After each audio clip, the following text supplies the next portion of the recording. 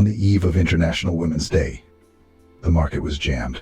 Traders were offering flowers for every taste and a variety of goods for women. Men of all ages were looking around, wondering what to present to their favorite ladies. The weather was perfect, sunny and not too hot. Jessie, a pleasant girl, was cheerfully calling out to the customers, "Don't pass by, men. The last 3 bouquets are left. Look how fresh the tulips are. Not even buds open yet. Take will not regret it, and inexpensive at all. Make your sweetheart happy." Jessie was in a good mood. There was already a considerable sum in her belt purse. She had sold almost everything, and it wasn't even lunchtime. Armin was sure to be pleased. The girl came from Littletown, had rented a room not long ago, and had taken a job as a market vendor. She liked taking care of flowers very much. She could create beautiful bouquets, knew how and what to feed them, how to timely and properly prune. Outwardly, the girl was not a beauty. A round face, snub nose with a scattering of freckles, mischievous red curls, and the figure left much to be desired. But it was her simplicity that attracted customers. Those willingly took flowers from her, considering the girl a kind hostess. The owner of the kiosk, Armin, specially looked at the new pretty worker and licked. But Jessie was a serious girl and immediately warned him not to be silly. She was about to start a family. There was only 1 bouquet left, and even if she didn't sell it, it was no big deal. And then 3 teenagers with hoods hiding their faces jumped up to her. Jessie didn't even get a good look at them before they snatched the money from her bag and ran as fast as they could. The unhappy saleswoman dropped everything and ran after them, shouting at the whole market, "Help! The money has been stolen! Stop the scoundrels!" A tall, stately fellow saw what was happening and tripped one of the fugitives. He fell down, but the other 2 didn't wait for him. The trail was gone, and this young man bit the boy's arm, twisted and ran around the corner. The boy howled in pain, and a panting Jessie ran up to him. "Thank you for stepping in, but you suffered for nothing," he got away, the creep. They ripped the bag right out alive, 1 strap dangling. Then all of today's proceeds.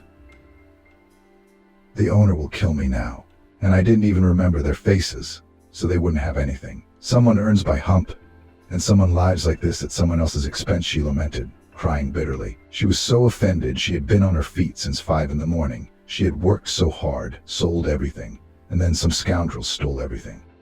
Suddenly the boy timidly took her hand and said, "Come on, don't cry. It's not the end of the world. What's your name? I'll help you. How much did you have in there?" The girl sobbed, "Jessie, I'm from Littletown. I thought I'd make a little money, help my parents out. And there was this. It was almost $300. That's a lot of money.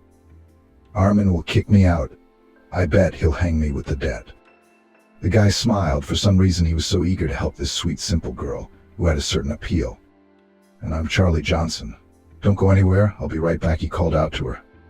Jessie just waved her hand. She didn't believe the guy would come back. Why would he want someone else's problems? She ran to the trading place and began to pack, tears choking her. What would she say to the owner now? She already imagined what a scandal it would be. But 10 minutes later, Charlie came back, out of breath, and triumphantly handed her a wad of money. "Here, I withdrew it from the ATM. Exactly that amount. Here, pay it back as soon as you can, so no one will kick you out, don't worry." Jessie couldn't believe her eyes.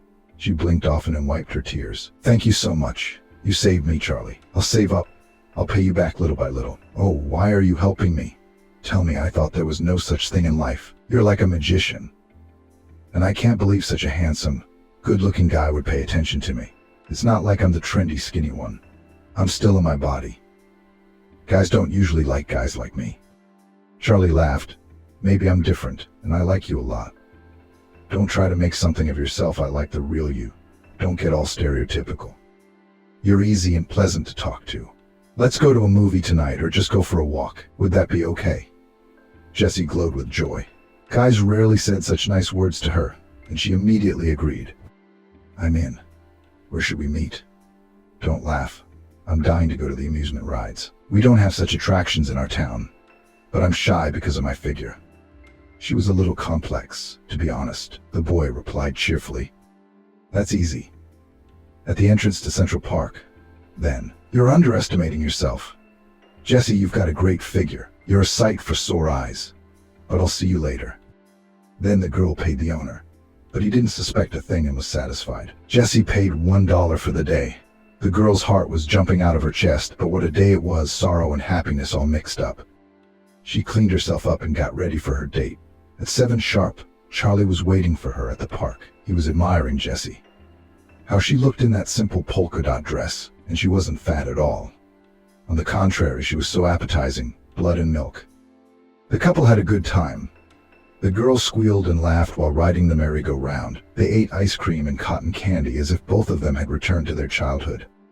All night, Jessie rolled around on the old couch and sighed languidly, remembering the hot, passionate kiss Charlie had given her. A couple days later, the boy came running to her at the market all excited. He averted his eyes, stomped around, and spoke confusedly. "Jessie, here's the thing. I gave you the money. I withdrew it from my mom's card myself, you know. I'm still a student. I don't make any money. And yesterday she saw the charges, and she made such a fuss. We have a cafe in the center called Gourmet. So my mom says you're going to have to work for that money. She's going to hire you as a waitress. I'm sorry about that. I'm really sorry." To his surprise, the girl wasn't upset at all. On the contrary, she was happy and replied, "So be it. It has nothing to do with you. Anyway, thank you for helping me out at the market. It was cold, hot, raining on my head, and they pay Armin a pittance. I'm fed up with it. I agree. I'm not afraid of work. I'll do my best, and I'll be closer to you. We'll see each other more often. Maybe it's all for the best." The guy hugged the girl. "Thank you, Jessie, for understanding me. You're so sweet. I've never had such a good time with anyone. Come by tomorrow at 8. We'll get settled." Jessie paid Armin back. He got mad at her for not telling her, but he let her go. There was nowhere to go. The girl already dreamed how she would deliver orders and get generous tips, but things turned out differently. Charlie's mother, Valentina Gregory, was a very unpleasant person. She was immediately upset with the girl. "Oh, you showed up. Oh, good. I thought you had no conscience at all." She'd embezzled other people's money and was happy to do it. "No, my dear, you'll have to work every penny of it. You'll be a dishwasher and a cleaner every day. Until you pay off your debt, you won't get paid for a month. Understand? Go get changed." Jessie was stunned. "But how am I supposed to keep up with everything? Charlie said you'd take me on as a waitress." The arrogant lady looked at her as if she were nothing and replied sharply, "No way. Have you seen yourself in the mirror? I have a decent cafe. Why do I need a waitress who looks like a milkmaid? If you don't like it, give me your money right now and leave. I'm not holding anybody back. And forget about Charlie. He's my only and favorite son, and I'm looking for a decent bride for him myself." Jessie sighed. She didn't have the money. It was her own fault, and she'd have to deal with it. She agreed and resignedly went to change her clothes. It was hell from that day on. The girl fell off her feet from the mountains into dishes, washing floors in such a whirlwind. The whole shift she couldn't sit down for a minute to rest. In the evening, exhausted, she fell on her old sofa and sobbed from helplessness. She remembered her childhood, their poor family, and did not understand why some are lucky to be born into a wealthy family, and others are like this weeping all their lives. Is it fair? It seems like you're trying to make it in the world. You work your ass off, but it's all for nothing. It's like someone from above is watching and thinking of another challenge. We'll see what we can do. Jessie grew up in Littletown. It's a small town on the edge of the state. Her parents were unlucky. What did her dad try to do? Nothing worked out for him. He wanted to raise pigs, built a pigsty, bought feed, but it was a bust. The whole litter died. All expenses and no profit. Then Dad decided to buy an old creamery and press oil. He took out a loan at a high interest rate, but he failed here too. Nothing paid off. There were often quarrels and scandals in the house. Mom was always tired and irritable. She worked as a milkmaid, leaving after dark. Her hands were very sore, and her earnings went only to pay off exorbitant debts, which accumulated like a snowball. From a young age, Jessie was a big girl, like her grandmother, but at the same time did not eat a lot and always worked hard. Helped her parents in the vegetable garden in the village. It wasn't considered a disadvantage at all, but her father sighed every now and then, looking at the growing strong daughter, and said, "Oh, Jessie, who are you so big? You're growing as if on yeast. How can I marry you?" "Well, that's all right. As long as he's a good man. Don't choose too many grooms. Accept it." The girl was so hurt to hear this. She herself was complex because of her fullness, and did not want to marry some tractor driver or mechanizer without love. Her mother loved her, pitied her, encouraged her, Don't get upset, my daughter. If a man with a heart loves, he will accept anyone. You're my smart girl, the first helper. I only wish you happiness. Don't listen to your father, he talks nonsense. Jessie was a very good cook and dreamed of becoming a chef and going to study the profession. But after graduation, she realized that it was impossible. The family is in debt, as in silk, and there is definitely no money for her studies. Her parents quarreled. Her mother blamed her father for everything. He got angry, started drinking, and he started getting sick. Then Jessie decided everything on her own and began to pack for the road. Mom, enough. How many times can you do this? It's impossible to be at home. You live your whole life like a cat and a dog. Aren't you sick of it? I don't scold Dad, he didn't do it on purpose. So, I won't go to school. So what? I'll go to the city. I'll get a job. I'll help you. We'll manage together, we'll pay off our debts. Her father frowned. What are you thinking, daughter? What city? What will you do there? Who is waiting for you there? We don't even have any distant relatives there. There's no one to take us in. Don't make things up. You should get married, not tail around town. The girl parried, marry who, Dad? Who will take me? Everyone laughs at us, calling us losers. And where to find a normal groom? All the eligible ones are already in town, and the ones that are left are brawlers and drinkers. Look at Mom. She's only 45. She's all down on herself. Is that what a woman's happiness is? I don't want that. Simeon waved his hand, saying, do what you want, and jumped out into the street, slamming the door so that the plaster fell from the wall. He felt bad. His daughter was right. It was all because of him. No matter how hard he tried to provide for his family, everything was falling apart like a curse. But Jessie stood her ground. She was not a timid 10 and for some reason piously believed that she could make her way in the city and get the family out of debt. At first she managed to scrape some money out of her paycheck and put it on her mother's card. She thanked her profusely. But now she herself is in debt bondage. It was the hopelessness that frightened her. The only good news was that Charlie Johnson hadn't given up on her. And in spite of Virginia Grace, they continued to see each other. He cheered her up, comforted her, called her sweet candy, and kissed her hot. How can you resist? Jessie fell head over heels in love, with her heart racing. She waited for every date and hoped that Virginia Grace would get over it, and she and Charlie would get married. 2 months passed. The paycheck came in. Jessie had paid off her debt and hoped to get a double paycheck. But when she saw the pittance she had been paid, she wept bitterly. The cook, Uncle Slava, gave her a shock. Get used to it, girl. It's always like this here. You work for 10 people. And how to pay? They'll come up with a fine. They'll take away your bonus. I've been retired for a long time too. This is a part-time job for me, so I don't die of boredom at home. And you run away from here. You're still young. Find a better place. You're not the first or the last person I've ever seen get screwed over like that. Jessie sobbed and shook her head. I can't. I love Charlie. I can't stand it. And he loves me. He's got me pregnant.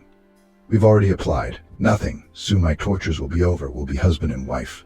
We'll have kids and live like human beings. The cook sighed heavily. You're stupid. Naive Charlie's going to kill you, I bet. He's not independent, and he can't go anywhere without his mom, and she won't let you live. They're not good people. You can't expect anything good from the Johnsons. But Jessie didn't believe it.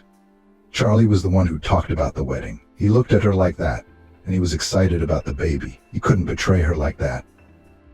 Though somewhere in the back of her mind there was resentment against the groom for his softness. Why allows her parents so humiliate her? Why doesn't he stand up for her? Will not find her a better place to his bride. He sees how tired she is, how underpaid she is. But Jessie banished these thoughts and endured, hoping for a miracle. Soon Charlie had to confess to his mother that Jessie was pregnant with his child, and that they had applied. What began to happen? Virginia Grace screamed, blushing with anger. Son, you dare to marry that beggar with a potbelly? How do you even know it's your child? There's no way I'm going to let that happen. Charlie mumbled. But Mom, I love Jessie. She's great. We're getting married anyway. We've already applied. Don't yell, we're getting married in our cafe in a week. We're already looking at rings. But the woman jumped to the closet, grabbed her son's passport, tore it to shreds and laughed. Here's what you get. I'll throw out this crook tomorrow, and no wedding. And if you think of going against your family, I'll deprive you of everything, so you know, and then go back to your countrywoman to knead manure. Why would you want to be such a burden to a young man? Charlie was afraid. He was not ready for independence and did not want to leave his comfort zone. He thought his mother loved him and would gradually get used to Jesse. The boy was completely despondent, tormented by his conscience. On the one hand, he really was in love like never before. Jesse was as good as anyone he'd ever been with. He didn't have to pretend with her. She already idolized him, so genuinely pleased with any gift, any sign of attention. But on the other hand, the guy was used to living on his mother's means and simply could not imagine how he would go to a boring job every day without her support. Well, no, it wasn't for him. Jessie was scrubbing the floor, doing her best. When Virginia Grace suddenly flew to her, she roughly pushed the girl. The mop fell, and the woman began to scream. "Get out at once. Are you fired? I'll never recognize your child, and he won't be a Johnson. I warned you. Forget about Charlie. You think you're the smartest girl in the world, trying to sneak into our family through your bed. If you don't, go back to Little Town to work cow's tails, and I don't want you here." The girl cried, trying to defend her love. "Let Charlie tell me that. Then I'll leave. We'll have a baby with him." "Can't you even spare your own grandson? How can you do this? What have I ever done to you? I'll be the best wife I can be to Charlie. I love him so much, and he loves me too. Why do you have to decide who's better off?" Virginia dialed her son's number and shouted, "Son, you tell that fat lady to get out. She's demanding you. She keeps telling me about her love to the grave." Jesse picked up the phone. She hoped that everything would be all right now. Charlie would tell her mother that they were almost husband and wife and put her in her place. It couldn't be otherwise. The wedding was coming up, but her fiancé only mumbled, "I'm sorry, Jesse. What happened?" "My mom's against our relationship, and it's no use arguing with her. You know she tore up my passport. So there's definitely not going to be a wedding. We have to break up. You better go home. It's better for everyone." Jesse was shocked and couldn't believe what she was hearing. "Charlie, how can this be? You said you wouldn't leave me, that we'd get married. And what's going to happen to the baby? You were so excited when you found out, and now you don't care about us at all." The groom said quietly, "Go for an abortion. It's not due yet. Mom said she'd give me money. I'm sorry." Jesse was suddenly so angry. She replied sharply, "Fuck you and your mommy. You're some kind of man. You still can't take a step without your mommy's skirt. What a fool I am for believing you." The girl kicked the bucket, and dirty water spilled over the floor. Jessie obeyed and said to her mother-in-law, "Let another fool work for you. You unscrupulous people. I'll never set foot here again. I can live without you. I won't be lost. I worked off my debt a long time ago. You haven't paid me my rate yet." Jessie left with her head held high. It was only in the rented room that she let the tears flow and roared to her heart's content. She was in a panic. Black thoughts swirled around in her head. God, what a fool I am. That's right, our whole family is cursed. I went to earn money to help my family, and now what? I'll come back with a belly and not a dime. How am I supposed to face my parents? Oh, how embarrassing. Maybe I should go to the hospital and get an abortion, find a new job, and stay in town. The girl stroked her belly, listened to her feelings, and suddenly imagined how she goes and leads the baby by the hand as he hugs her, calls her mom. After all, he is already there, a living tiny little man the size of a grain. Is it his fault that his father didn't need him? Do I have the right to take his life? Would I forgive myself for such a sin and be able to live in peace? Jessie already knew the answer. She couldn't. So she wiped away her tears and began to pack her things. The big city did not submit to me, did not accept me. Why did I jump into bed with a scoundrel? Nobody forced me and did not fire me. Now I have to leave. Alone I will not raise a child here. Here I have nothing else to hold me. By evening she was already standing on the threshold of her home with a suitcase. Her mother rejoiced, began to hug and kiss her daughter. "My sunshine, my daughter. You have come to visit. And why have you packed so many things? Well done. But somehow you are very tired there. You look sad. Your face is gone. Even my favorite cheeks are gone." Jessie couldn't take it anymore and burst into tears on her mom's shoulder. "Mammy, you had me so stupid. Will you forgive me? You won't kick me out and visit? I came here for good. It didn't work out for me. They cheated me. I worked like a horse for 3 men, and they paid me a penny. I know you're in enough trouble as it is, and now I'm just snowed under. But I have nowhere else to go." The mother stroked her daughter's head, and the father clenched his fists. "What are we, strangers? It's your house too, live in it. The damn capitalists are trying to cheat the common man. They have no conscience, And I told you there were only crooks in town. Jessie didn't dare to tell him about her pregnancy yet. It was embarrassing. She began to settle in at home. In the mornings, she was literally sick to her stomach. She'd sneak down to the cellar and eat sauerkraut and pickles. She was crazy about them. One night when she went to the kitchen for a drink of water, she heard her father and mother talking. "Jane, what's the matter with your daughter? Is she sick or something? She's pale, distracted, keeps running to the bathroom. I don't understand. Should we call a paramedic?" The mother sighed heavily. "John, you're like a little kid. Weren't you young yourself? Have you forgotten how I used to eat cucumbers by the side? Our pregnant daughter is afraid to tell us." "Oh, my poor girl." The man jumped like she was pregnant. "Where's the husband then? Who gave her a baby? What a bastard. It's a disgrace. What kind of shame? We're going to be shamed. You've raised a girl who's a whore. Who'll even take her now? Ugh, disgrace." Blood rushed into my head. I felt so ashamed. So ashamed that the people closest to her were judging her. She ran into the kitchen and screamed hysterically. "Yes, Daddy, your daughter is a tramp. My fiancé left me. He listened to his mother and changed his mind about getting married. You don't need me like this." "No, honey, you're a daughter now." "That's right. I'll go to the furnace, bury her. That's all. No disgrace." As she was in her nightgown, barefoot, she ran through the garden straight into the forest to the river. Tears filled her eyes. She had really decided to take her own life. Why would she want a life like this, if even her parents didn't want her? Virginia Grace grabbed her husband Sam by the chest and shook him. "What have you done, Herod? How can you do this to your daughter? But she's young and foolish. She's not the first. She won't be the last. What if she really drowns herself? I won't survive. Listen, it's all because of you. And she went to town because of your debts. Oh, whoa.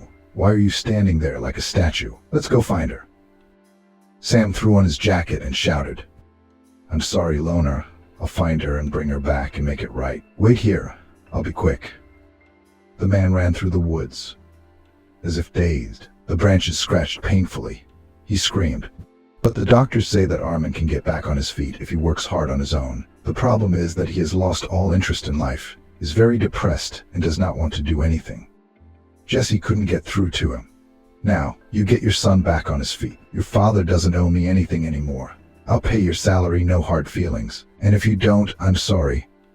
But I'll have to pay for the damage. You'll get your capital and give it back. Think about it. But I warn you, Charlie has a very bad temper. Have you had 3 professional nurses come before you? None of them could take it. If you agree, I'll see you at the gate tomorrow at 9. Goodbye." Jessie ran home and told her story and started begging her father with her mother. "Daddy, stop drinking. If you get a certificate from the hospital, the farmer will hire you back. But please, for your grandson's sake, I can't take it anymore. Have pity on Mommy and me at last." The man lowered his head. He was so ashamed, he felt ashamed as if he'd fall to the ground, letting the whole family down again. He said quietly, "Okay, I'll go tomorrow. I've had my fill. I've had my fill. It's time to get smart. Oh, I don't know. Daughter, you shouldn't have agreed to be Charlie's nurse. You don't know him. He's such an arrogant bug. He's never even considered us human beings, but we do everything for him. I'm sorry you have to go to him." Jessie just shook her head. "That's okay, Dad, we'll see. I'm not used to hardship. There's nothing to lose anyway." Her father kept his promise and got coded, and he decided he wasn't going to torment his family anymore. So he went back to work for the farmer. And Jessie started her new job and went to meet her mentee. In the bedroom on the huge bed lay a young man her age, unassuming in appearance and thin. Clearly not his father's type. He was unshaven and pressed buttons on his cell phone, completely disregarding the girl who entered. She did, however, flip-flop. "Good morning, Charlie. My name is Jessie. I'm your nurse now. It's time to wash up and have breakfast. Then we'll do the treatments.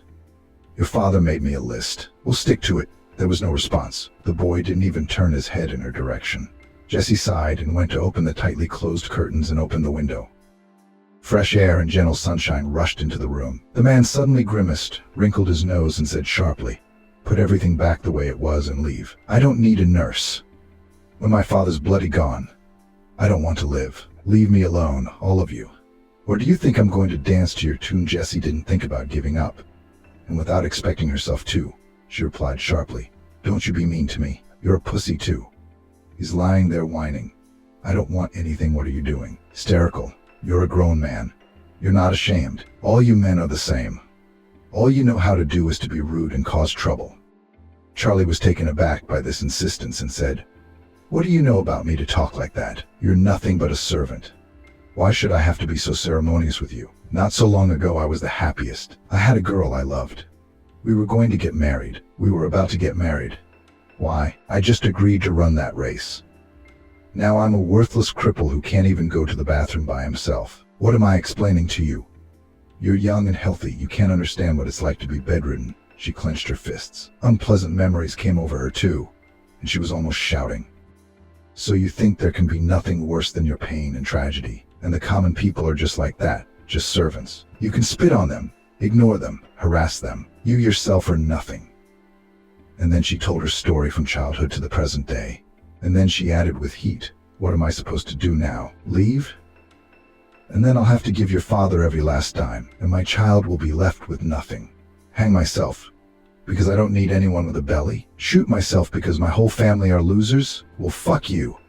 Personally, I'm not giving up, even though my dad dragged me out of the river a while ago because I wanted to drown myself. You just keep complaining and whining. It's easier than fighting. Climbing, trying to achieve something. But that's it. I'm going." Armin called out to her. "Stop, I'm sorry. I didn't know." "Okay, stay here, I'll get treatment. Maybe you're right. We should at least try it. Let's get reacquainted." Armin. Jessie exhaled. The ice was broken. She hit it off with the kid, and he started studying hard. It wasn't easy, of course. It hurt like hell. Armin would snap, yell, but he wouldn't give up. And when Jessie took him out for the first time to the yard to walk in a stroller, Robert Alex could not believe his eyes. "Oh my God, my son. Finally. You've been lying there like a log. I'd given up on getting you up." "Jessie, how did you do it?" The girl just smiled enigmatically. "Your son is a real fighter. He can already feel his toes. He's making progress. If he keeps this up, he'll definitely get back on his feet." 6 months passed. Armin has been training hard all this time. Jessie gave him massages and baths. And soon he was able to take his first independent steps with the simulators. It was a real victory. Young people became so close, became friends with each other. They talked a lot. Robert Alex was immensely grateful to Jessie and had long since forgiven her for her father's debt. And Sam was finally on the straight and narrow. No more drinking. There was peace and quiet in the family. Except Jessie was having a harder and harder time working. She had a big belly. She was getting tired. After returning home for the first couple months, the girl still hoped that Charlie Johnson would come to his senses, missed her, and would come and get her, and they would make up, but it never happened. And Jessie realized that there was no love, and the groom just used her. The more she got to know Armin, the closer they became. The guy told her a little bit about himself. "You know, you're right about a lot of things, Jessie. I've been selfish since I was a kid. My daddy spoiled me.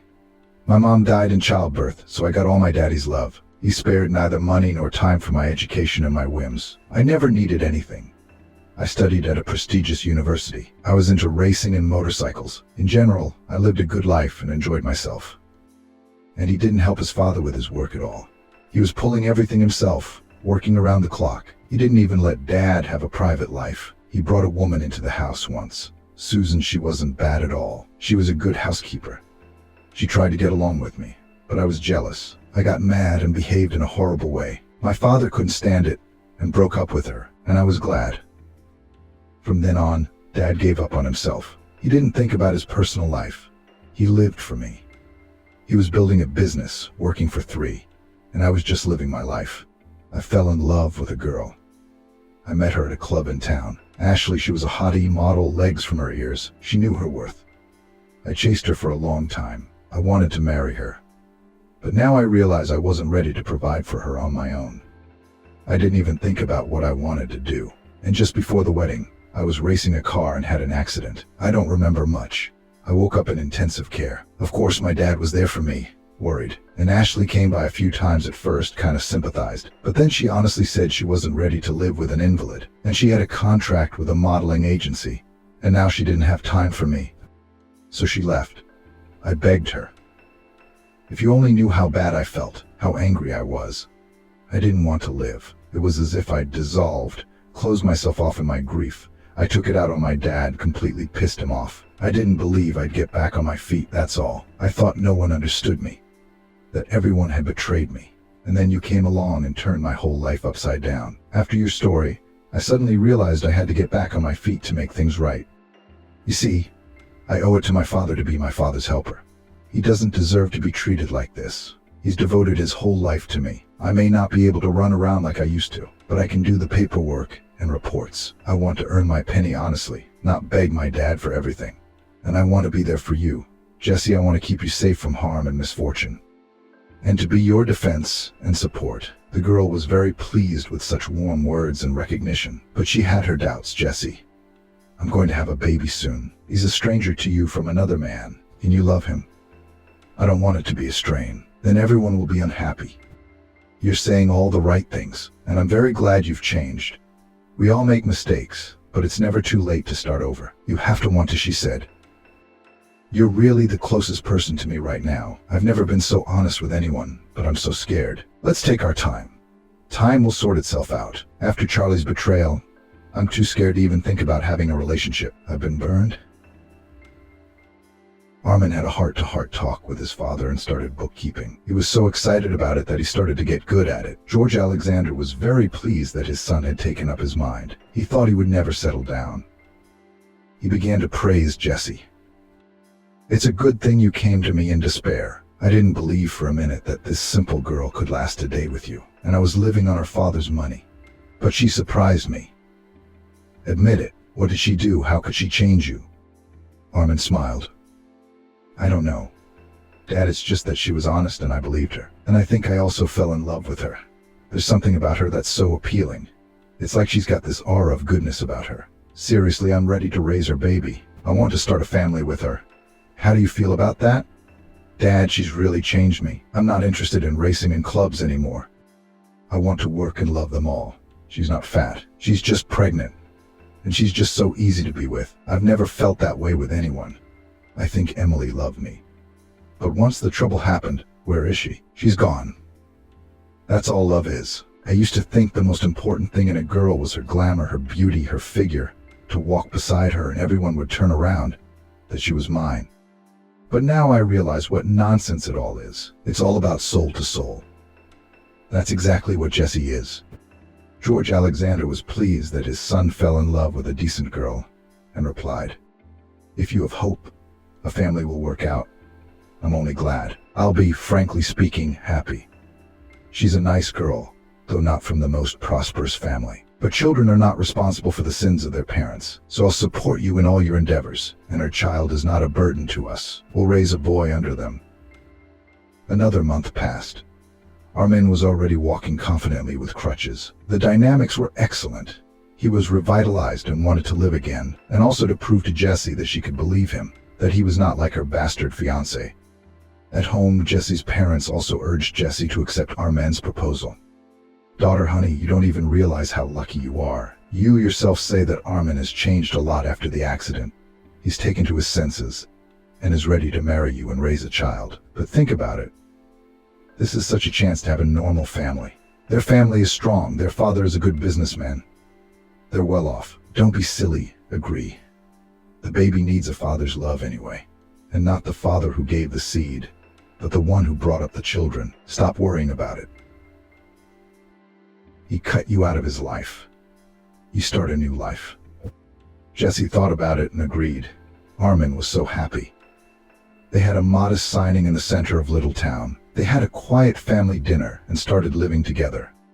Little by little, things got better. The guy was understanding and gentle. He tried even harder to study now. There was no need to persuade him. He wanted to walk normally as soon as possible so that he could be a support for Jessie. The villagers were no longer gossiping and shut their mouths. They wondered what the farmer's son had found in this simple girl from a poor family. That day there was no sign of trouble. Jessie was peeling peas in the yard. Armin was helping her. Suddenly there was a knock on the gate. The girl got up and went to open the door. She saw Charlie Johnson on the doorstep and frowned. So you found me after all. What do you want from me? Hey, Jessie, it's a window. Get out of here. I'm married. I have a family now. And I don't want to see you at all. The guy looked pretty bad. He shuffled from foot to foot and started complaining about life. But what are you yelling from the doorstep without even listening to me? Please, you don't even know what kind of grief we've had. The cafe burned down and the customers were hurt. One of them died. The place was made of wood and plastic, and it went up like a match. The staff and guests escaped, but this poor guy got stuck in the toilet and didn't manage to get out. Now there's endless inspections, and the courts and the IRS is here. We need a major renovation. It's ashes in there. We're on the verge of bankruptcy. Mom's in the hospital. She's got a nervous heart attack, and I just don't know how to go on. Who'd have thought we'd have all this trouble at once? I don't think I haven't forgotten about you. I remember. We loved each other so much. I've never met anyone like you before, I promise you. But you see, I couldn't go against my mother. It was just the way it was. But if you're happy with someone else now, I'm happy for you. Honestly. Why did you come here? I heard you got married well. You're living well now. I thought I'd repent. I'm sorry, Jesse, that was a bad thing we did. Why don't you step into my shoes and help me out with a little money? I ain't got nobody to turn to. When things were going well, it seemed like a lot of friends.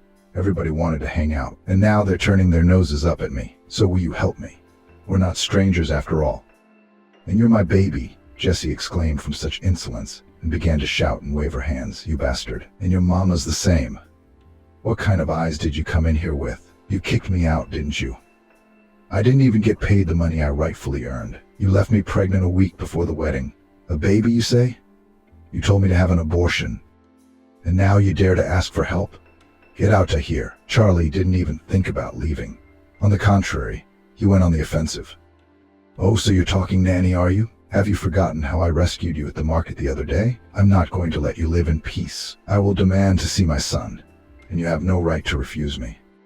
The woman couldn't contain herself any longer. If I'd known I'd have to work hard for that money, I never would have taken it. What a benefactor. What about your son? The child doesn't need a traitor's father. Get out. Peter decided to step in. He walked on crutches to the gate and threatened. All right then, you've been told to get out. Nobody's going to give you any money, and forget about coming here. Jessie's my lawfully wedded wife now. We love each other and our son. I'm raising him with dignity. Charlie suddenly pushed Peter as hard as he could and laughed in his face. What are you? A miserable cripple who married you out of desperation. I'm sure she did. Who needs you?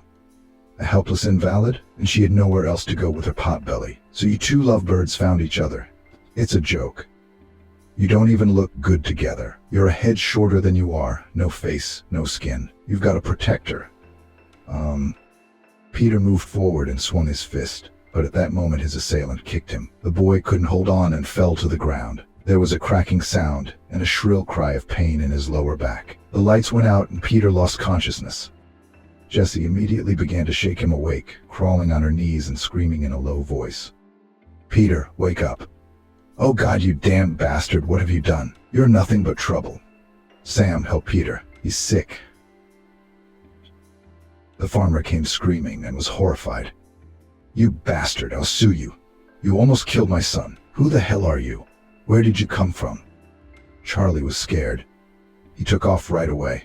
He ran toward the bus stop, not caring what he saw. The only thought in his head was, what have I done? What will happen now? They'll find me and put me in jail. That's all I need now. I'm in enough trouble as it is. Why did I touch him?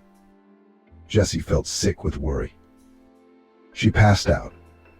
The pain in her abdomen caused her to go into premature labor a full month early. The ambulance crew took Jessie to the maternity ward and Peter to the surgery ward. Her mind was a blur. Her thoughts were jumbled, and she could barely open her eyes. Her eyelids felt like lead. Strangely, she felt nothing at all. No pain in her legs. Her body felt like a cotton ball, like a stranger.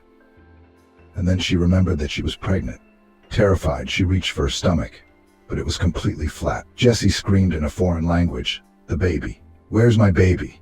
Somebody help me.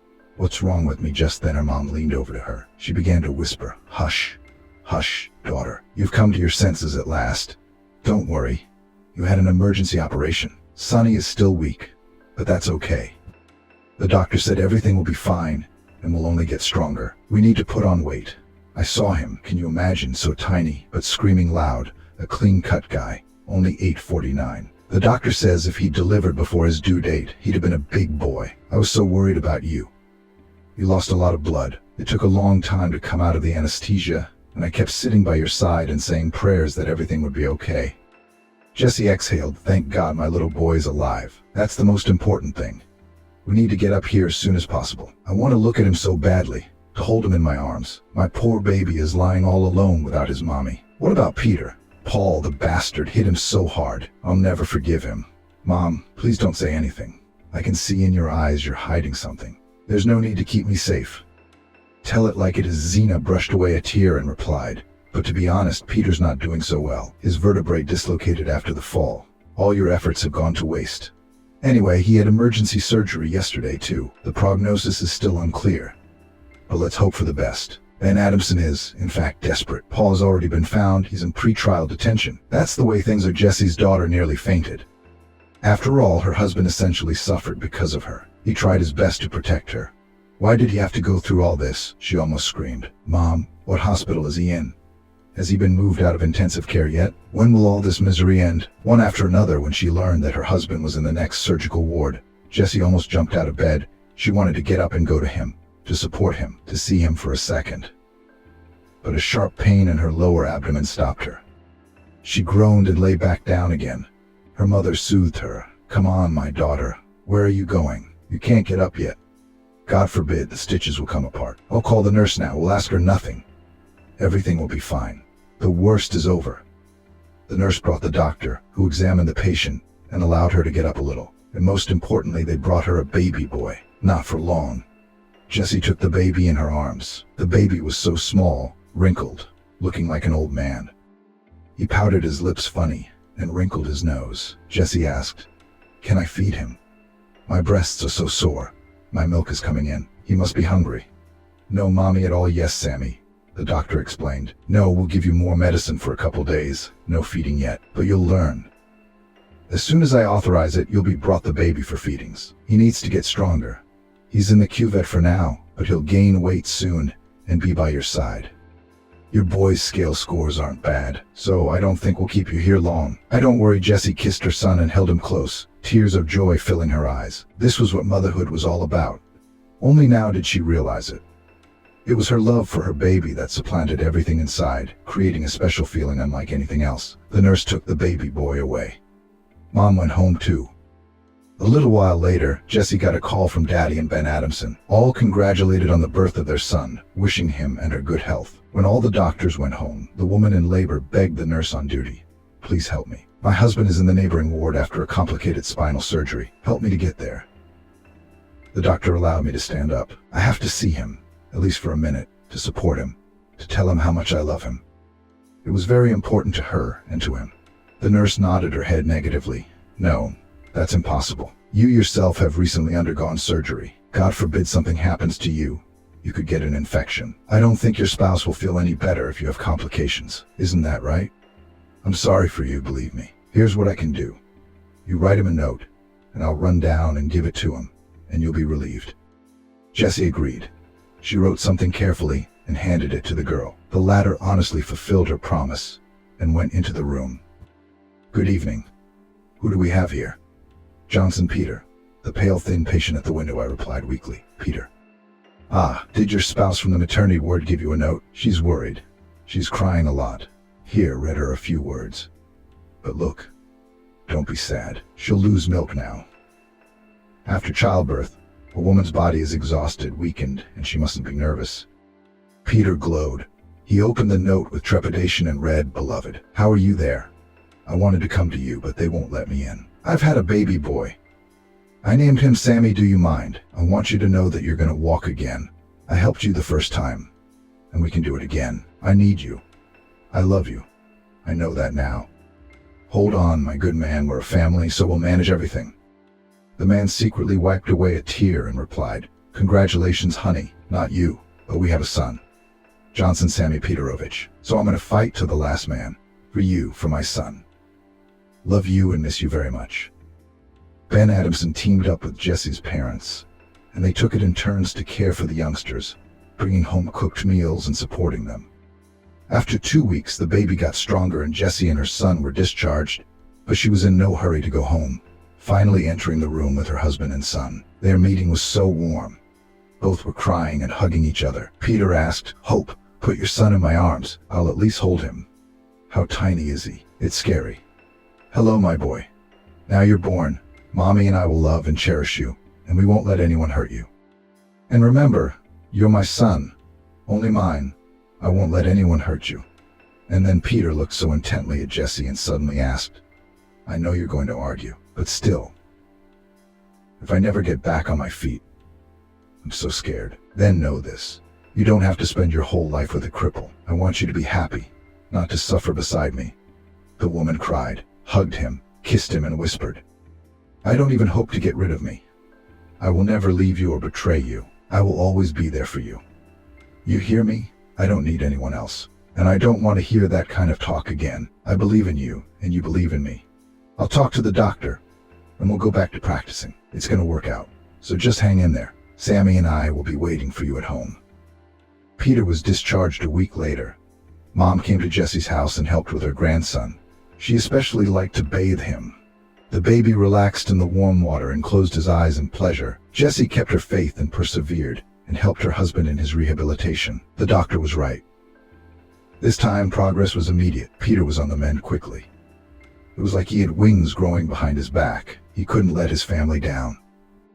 There were so many people fighting for him, worrying and holding their fists. He and Jesse made it work, and within a month, the man was walking without crutches with a cane. It was a big victory.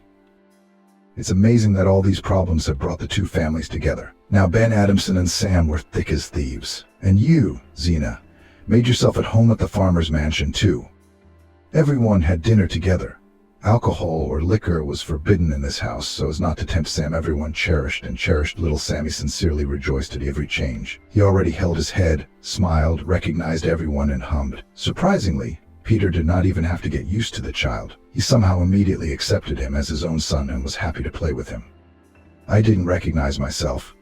I often wondered how fickle our lives are. Not so long ago I was eager to leave home and spend my time at parties and outings. I hated the countryside, thinking it was the lowest of the low. But now I was ready to give my life to have my wife and son with me. I needed nothing else. It had only been a year. Then Adamson got busy dealing with the dysfunctional Johnson family. Peter had filed a complaint against Paul, and his mother was facing a considerable sentence for tax fraud and the death of a visitor in a fire due to fire irregularities. Moreover, it turned out that those robbers who had snatched Jesse's purse at the market then. I can imagine how surprised she'll be when she finds out we're getting married. Jennifer froze after overhearing a conversation in the cafe. Jennifer had always been considered an outgoing and cheerful girl. She had an attractive appearance, pleasant voice, good manners, so she easily got along with people. The slender blonde knew her advantages and skillfully used them. Short denim shorts and a black t-shirt with a pink panther from her travels. She was tanned and trim. Girls with a figure like that were usually described as slim. The barely perceptible smile and the twinkle in her eyes could drive anyone crazy. Jennifer wasn't the type to act arrogant, though. She was quite easy to talk to, but also clearly knew the boundaries. One day she and her friends went to the beach. They decided to have a picnic right on the catamarans that were available for rent. The four girlfriends quickly organized everything, put together bags, swimsuits, towels, and some food and drinks, then drove to Sunny Beach by car. That was the name of the area where you could have a great vacation. At the beach set up for catamaran rentals, the girls were met by a young guy who worked there. He was wearing a short-sleeved shirt. The girls were in a good mood, not averse to flirting. They were bantering with each other, laughing and creating a joyful atmosphere. A sort of water bike with 4 seats and a platform for company allowed for bags and those wishing to rest. In mid-August, the sun was still very hot.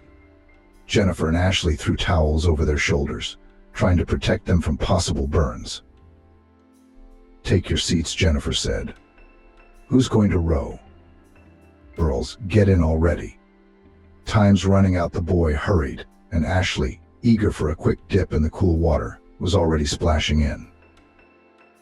The girls' laughter broke out again. "Let's eat first," Emily said, pulling food out of her bags and setting it on the catamaran's ledge, a makeshift table. Salted fish, boiled rice, smoked chicken, grapes, and drinks appeared on it. "Oh, that's it. I'm diving," Jennifer said, standing on the edge of the catamaran in shorts and a tank top. After looking around at her friends and smiling broadly, she put her arms out in front of her and dove headfirst into the water. A dense plume of air bubbles rushed after her, struggling to catch up, but they proved too light and quickly burst on the surface of the river. "Jennifer, you're crazy," a real prankster, Ashley said as she prepared to jump. There was a joyous shout. Jennifer showed herself on the surface. "Oh," she shouted into the water, splashing away. As she climbed onto the catamaran, the other girls' jumps followed. Ashley didn't take any chances, but slowly descended into the water. The happy faces and satisfied smiles said that the company really liked the place. Finally, it was time for the meal. Appetizing pieces of fish and chicken disappeared, caught by their fingers and sent to their mouths. "Hello, beauties," was heard from the side. Jennifer turned around and saw the exact same catamaran with two guys on board. A third was floating behind, holding onto a metal pipe. Catching Jennifer's eye, he waved at her, the vaguely satisfied smile of a well-fed cat. Jennifer only hummed, though she had time to notice his large, strong shoulders and tanned body. "Boys, alas, we're out of fish," said Sarah, who didn't like it when guys showed up in the company of girls. "And we were just about to buy you a treat," one of them mumbled. Jennifer got tired of hearing this and dove back into the river. The water was a stunning color, so clear and transparent in the sun that the girl felt incredible freedom and enjoyment of the water world. She could hold her breath for a long time, and so she was still underwater. The girl moved towards the surface. Oh no, something touched her feet. Jennifer sped up her movement. Now she could clearly feel her feet being touched by something unknown. She decided lightning fast that it was time to get out. But as she rushed forward, a man's face appeared in front of her. Jennifer drew in more air, ready to fend off the attack, but just in time to recognize the guy holding onto the catamaran. "Did you scare me?" Jennifer exclaimed. "Yes, that's what I wanted," he replied nonchalantly. The girl frowned. She was not prepared for such strange signs of attention. The boys were engaged in a rather unusual game. They were coming critically close to the girl's watercraft and then sailing further away. In the end, Sarah got tired of it all, and she stealthily climbed onto their catamaran and threw one of them into the water, and then the other. In this way, they managed to defeat the river pirates, who were eager to violate their personal boundaries. Jennifer climbed onto the catamaran and sat on it, dangling her feet into the water. She fixed her hair, twisting the strands on her head in her purchased top and shorts. She looked seductive. She was basking in the sun, whose rays caressed her skin so pleasantly. But then a familiar face emerged from the water right in front of her again. This guy was definitely up to something.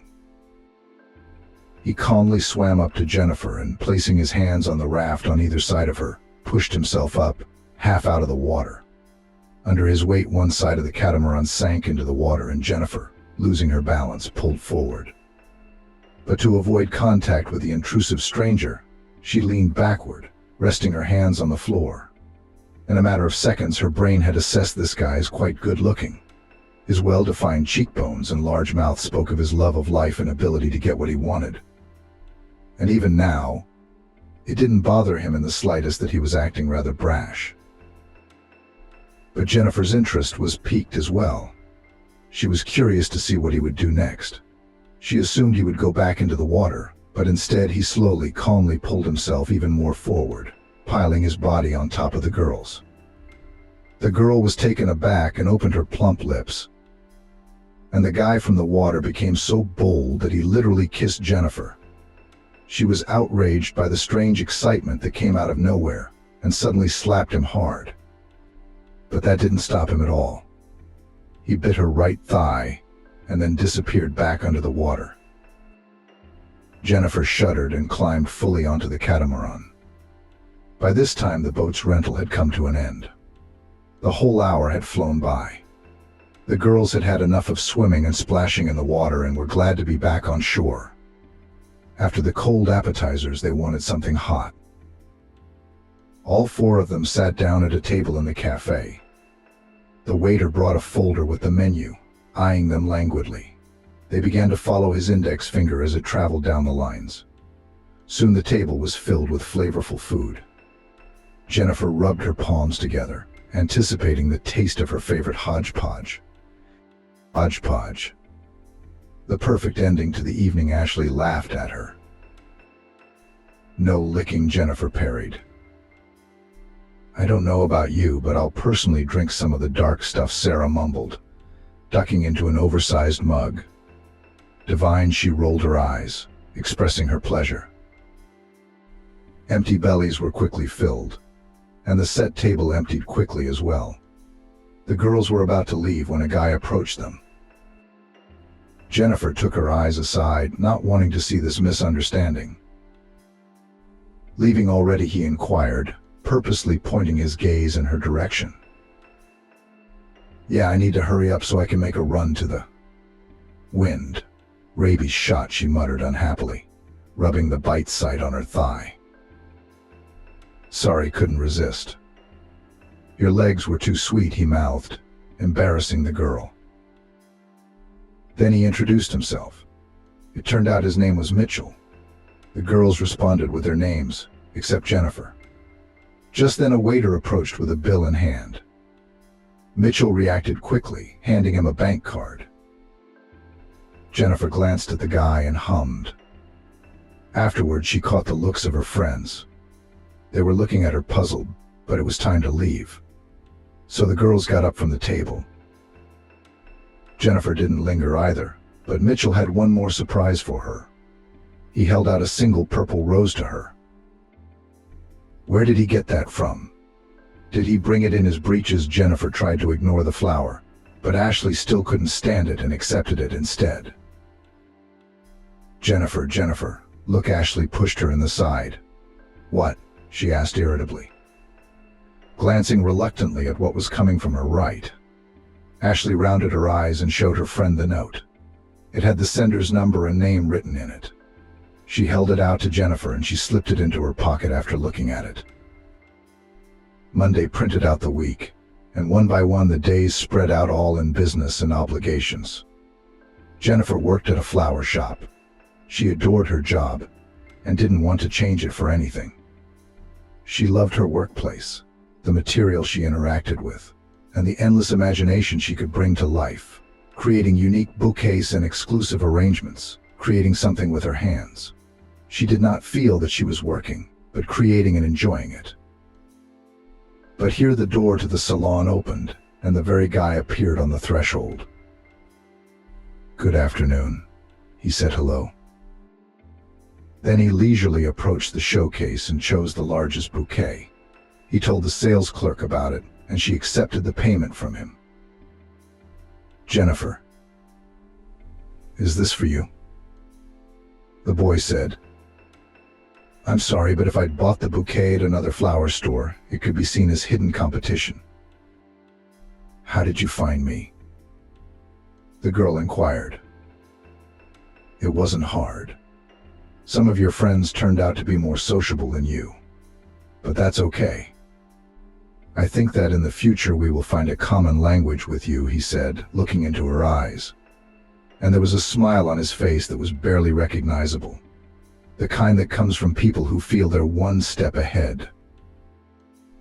This time, Jennifer decided that the guy had shown enough persistence to return the favor. After all, the one who made the first move is the one who should keep it going. As time went on, Jennifer realized that she didn't regret at all that she had once reciprocated his affection. The guy turned out to be a very attentive and caring suitor. He worked as the head of a construction team.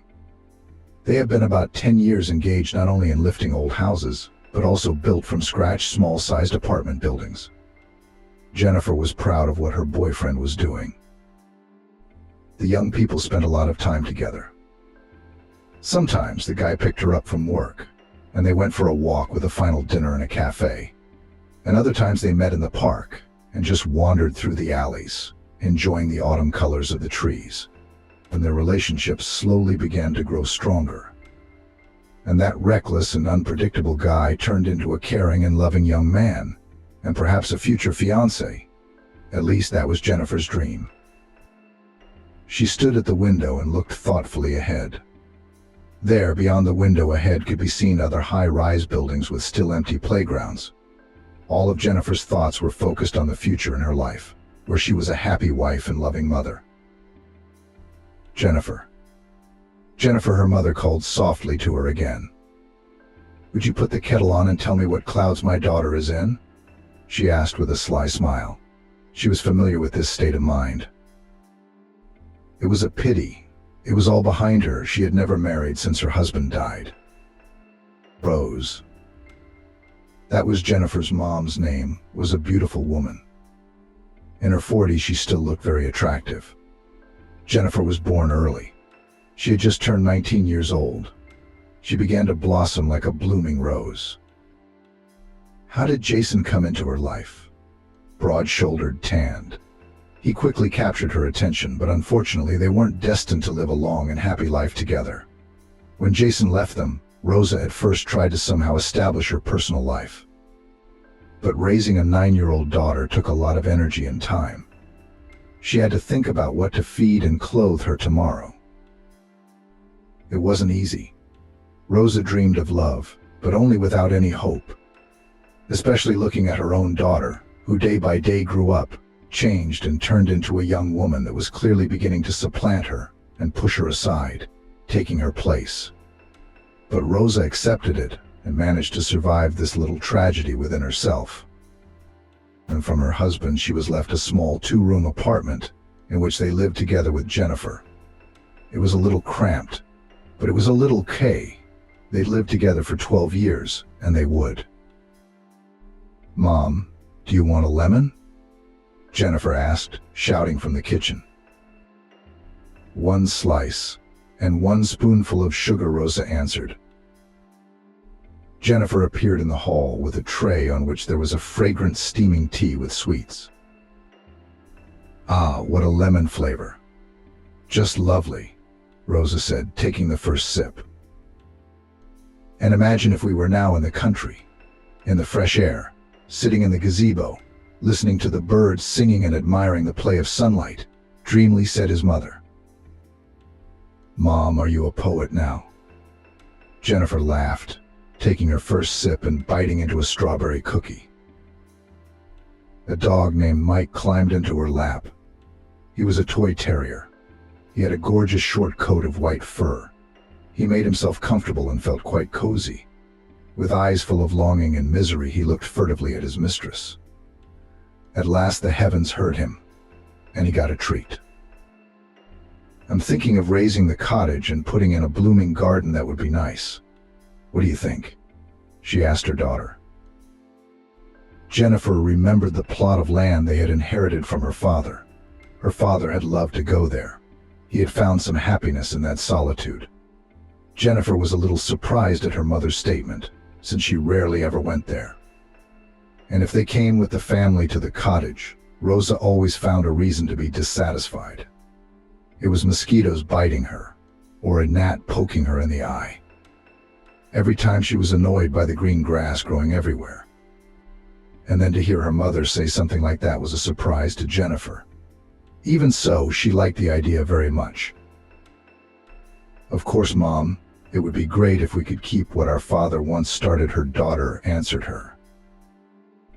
In front of her eyes, she remembered that small plot of land where her father had managed to put a fence and a small hut. The place was good, located near the city, but it was located in a relative lowland, and it often drowned. That's why the house had to be raised higher. It was sunny here. Nearby was a forest and a gorgeous spacious field, where you could leisurely stroll and breathe the forest air, and in winter suddenly take skis and go on the forest road, and down a hill. Jennifer remembered well how her father had taught her how to ski, how to turn, and how to ski downhill without fear. Thinking about it, Jennifer suddenly remembered that her boyfriend Matthew was doing just that. So she thought she could talk to him about it. "You know, Mom, I just realized that Matthew's in the house lifting business.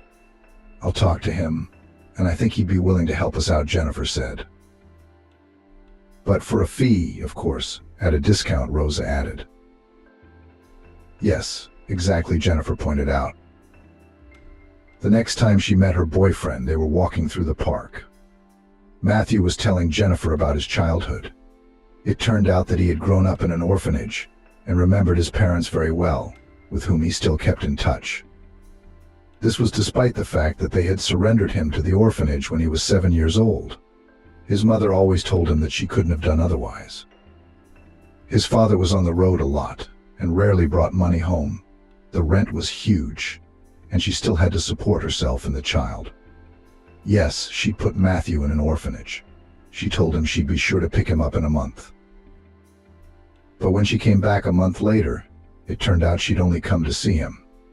And she would tell him again that she would pick him up next time in about a month. At first, Matthew believed his mother, believed that she would really pick him up and not leave him here. But as time went on, he realized that each time it was put off until later. At one point, he developed a huge resentment towards them. When he turned 18, he finally became a senior. It was pretty clear that they had absolutely nothing to talk about. Matthew's parents lived a very different life. The boy kept listening to his mother and didn't know what to say to her in response. To be honest, he had expected a little different. Amber continued to remain standing still. Her look was confused. It even looked like she was holding a glass of wine just to pretend to be very busy. She looked at her son. She knew exactly what she had done. Except that her pride and her desire to remain good did not allow her to meet and talk to him properly. "I have to go now," he mumbled. Amber closed her mouth to say something to him, but there was nothing to say. Matthew lowered the corners of his lips slightly and headed for the door, saying goodbye. "Wait." Suddenly his mother spoke up. Matthew stopped and looked at her again. "Take care of yourself," she said. Matthew nodded at her words and then left her house. Such a revelation from Matthew touched Jennifer to the core. She felt genuinely sorry for him. She told him that he had a big heart for being able to find the strength to keep in touch with them no matter what. She decided to change the subject and told him that they had been left a house from their father. She also said that her mother had decided to take over the property and clean it up. "That's a good thing," Matthew said. "Yes, I think so too. Except that my mother wants to raise the cabin first, or move it to another place. And I thought of you right away." "No, don't worry. I wanted to tell you right away that the work will be paid for, as it should be. It's just that I know you and trust you as an experienced builder," Ashley said. Matthew replied, "Sure, no problem. We just need to pick a time for me to get there and assess the situation." On the appointed day, Jennifer, along with Matthew, were to arrive at the property where Jennifer's mother was waiting for them. However, just before evening, the flower store received an order for an arrangement for a major restaurant. They had ordered black cubes of flowers from Jennifer before, and they really liked her work. They didn't want to miss out on such a customer, especially since they had a friendly and trusting relationship. Jennifer called Matthew and said, "Matthew, hi. Listen, I've got a job. I'd hate to turn it down. You should probably go by yourself, and your mom will meet you there and tell you everything and explain it. And then I'll meet you tonight when you pick me up from work." She loved being around him so much as a little girl. She took every opportunity to be in that role every time. Matthew agreed and drove straight to the dacha on the Baikal Highway. As he drove a little way from the city, he was confronted with a riot of colors. The foliage on the trees was ablaze with orange and red colors. Bright yellow flashes added color. Here a brick garage showed up, after which he had to turn right. Matthew knew that such gardening areas often lacked numbers on the houses. He called Rosa and asked for directions. She replied, "Go straight ahead. I'll meet you here." Soon Matthew saw a slender woman who looked quite young. He was even surprised that Jennifer was her daughter. Matthew parked and got out of the car. said hello, and introduced himself. Rose was surprised too, to say the least. She hadn't expected to see such a handsome and attractive man. Her eyes quickly assessed his figure and face. Matthew was a little worried, but wasted no time in getting right down to business. He looked around the property, walked around, and then back to the cabin. It was in the corner of the house, faintly lit by the sun. Matthew walked around it on all sides, assessing it with his gaze. We can basically pick it up. It won't be difficult. Have you picked out a place to put it yet? He inquired. Honestly, I hadn't thought about it, since I assumed it would only be lifted, Rose replied confusedly from beside Matthew. She was feeling tense and couldn't explain the reason for it, but she knew for sure that she liked Matthew a lot. They discussed the nuances of moving the house some more. Rosa asked about the cost of labor and materials. Matthew calmly and easily explained the step-by-step process of the work. Rosa liked the way he explained everything. She literally melted as she listened to him talk about moving the house. Afterwards, they agreed to call each other when Rosa had decided what to do next. Interestingly, Matthew also liked Rosa very much. He was attracted by her maturity, wisdom, and childlike directness, which slipped through during communication. Before leaving, Matthew wished the lady of the house well.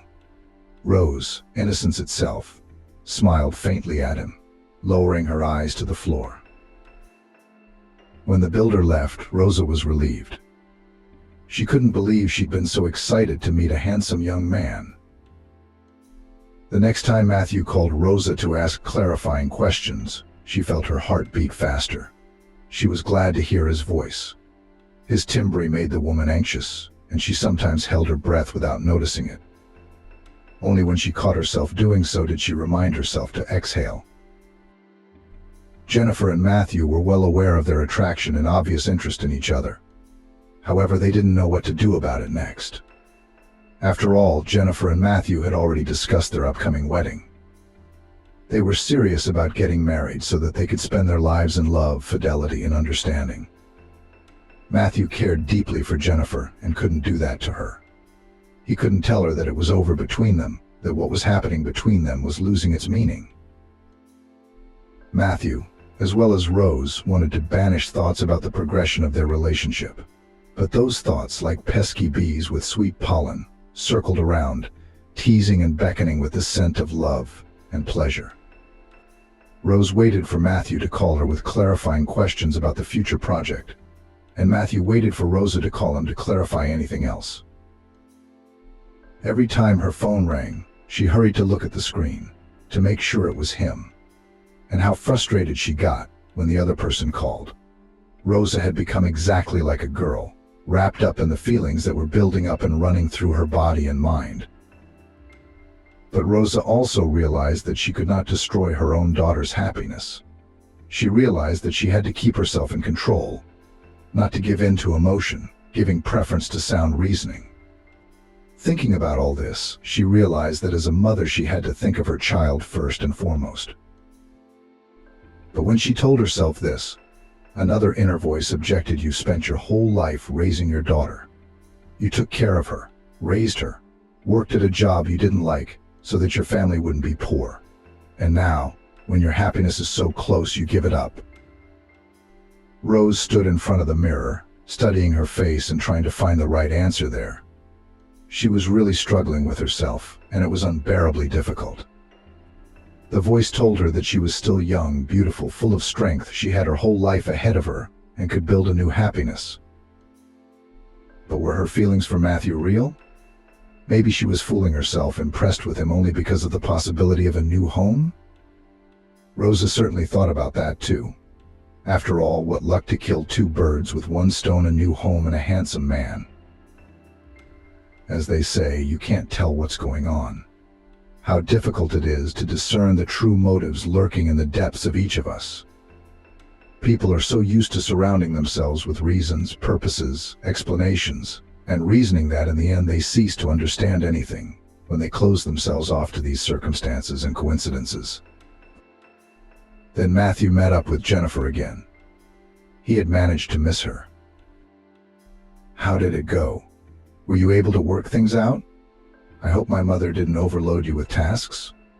The girl asked, smiling.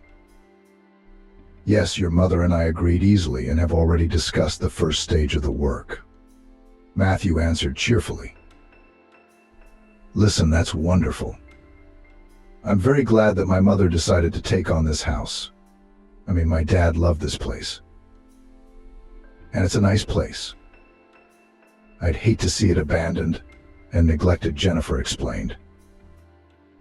Then she walked over to Matthew and climbed into his lap, wrapping her arms around his hips. She pulled him against her, stroking his head, kissing his neck. Their lips made contact. What a sweet kiss it was. Matthew gripped Jennifer's hips tighter, and then, changing positions, lowered her onto the couch. Once on top of her, Jennifer struggled, trying to get out from under him. Matthew accepted the challenge and continued to play with her. Heavy breathing and squeals could be heard as Jennifer kept trying to jokingly beat Matthew, but eventually she was exhausted and gave up. A joyous laugh escaped his lips. Matthew also laughed as he continued to fool around. Just like when you were a kid. I'm going to crush you with my knees, Jennifer exclaimed, using her final argument to win. Come on, push, and harder. But Jennifer, pull yourself together. Matthew lifted her up. But Jennifer could do nothing as the rest of her strength was taken away by the laughter. It was important for her to breathe, not to choke on the incredible joy that was overwhelming her at the moment. Finally, Matthew lowered himself onto the girl with his whole body and stroked her hair. Their faces became more serious. They enjoyed looking at each other. Matthew scrutinized her brown eyes, her nose, lips, and chin. He leaned over and kissed her neck. The most vulnerable place inside both of them, passion flared and all the extra clothes flew away. I'm sure you're the man I'd like to spend the rest of my life with. Tell me, is it the same for you? Jennifer asked Matthew after they had enjoyed each other. They were lying on the couch, covered by a blanket. They were now in Matthew's apartment. He had purchased it relatively recently and was very pleased with it. The apartment was in a nice and presentable neighborhood, the sunny side of the spacious room. I am very happy to have met someone like you, he said. You are the most precious thing to me, and I don't want to lose you, the guy added. At that moment he looked a little tense and his gaze was inward. Is something wrong? The girl asked him. It was as if she suspected that something had changed between them. No, everything's fine. I just pictured our future with you, family life, our possible children. A house full of love and good food.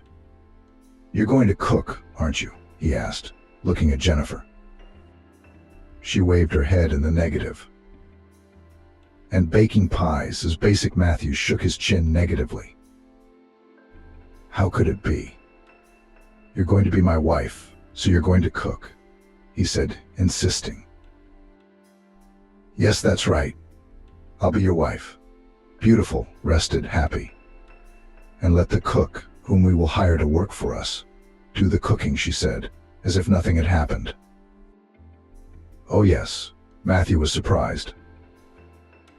A businesswoman, the potential wife replied, the most beautiful, rested, happy wife. Will be filled with your energy from the stars of extraterrestrial planets, Matthew joked as he wrapped Jennifer in his arms.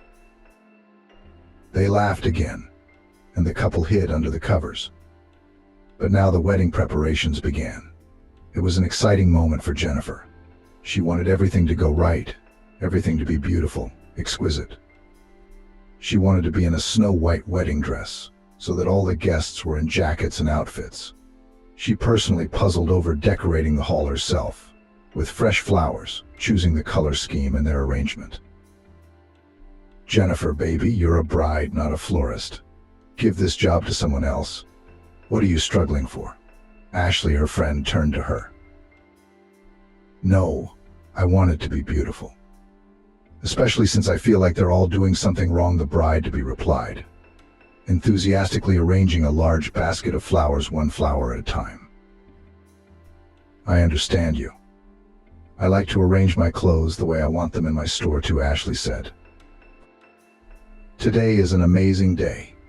It's the day two people seal their bond with rings and create another unit of society.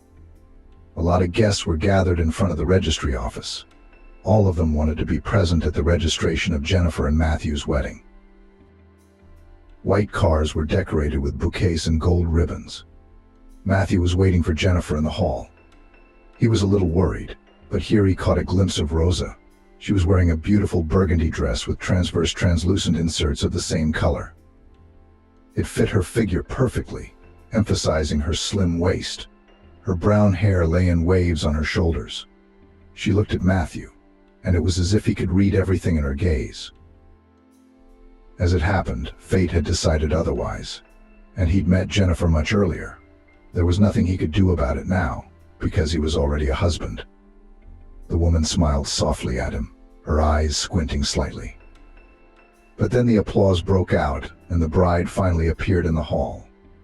She looked like an angel descended from heaven, all in white with a long veil. She approached Matthew slowly and looked like a princess from some kingdom. Matthew was even a little timid in front of her, because she looked so good and statuesque. Her face shone with a smile. Matthew was relieved to see the shape of her face and the open mouth with the corners of her lips turned up. The unnecessary tension immediately vanished somewhere. She looked at him with a gentle gaze, and Matthew was once again convinced that he had made the right choice. Even in spite of the recent events, the registrar read out the necessary standard phrases, and both bride and groom said their I do's. Both signed their signatures, after which they exchanged rings. Jennifer was overflowing with happiness from the inside out. She was ready to jump up on the spot and scream so loudly that everyone around her could hear how happy she was. There was loud and boisterous applause. Flashes flashed across the room. Just everyone went out into the large foyer. As immediately there was a loud clap, it was a friend of the groom unsealed a bottle of champagne. The guests amicably gathered in a pile of crystal glasses.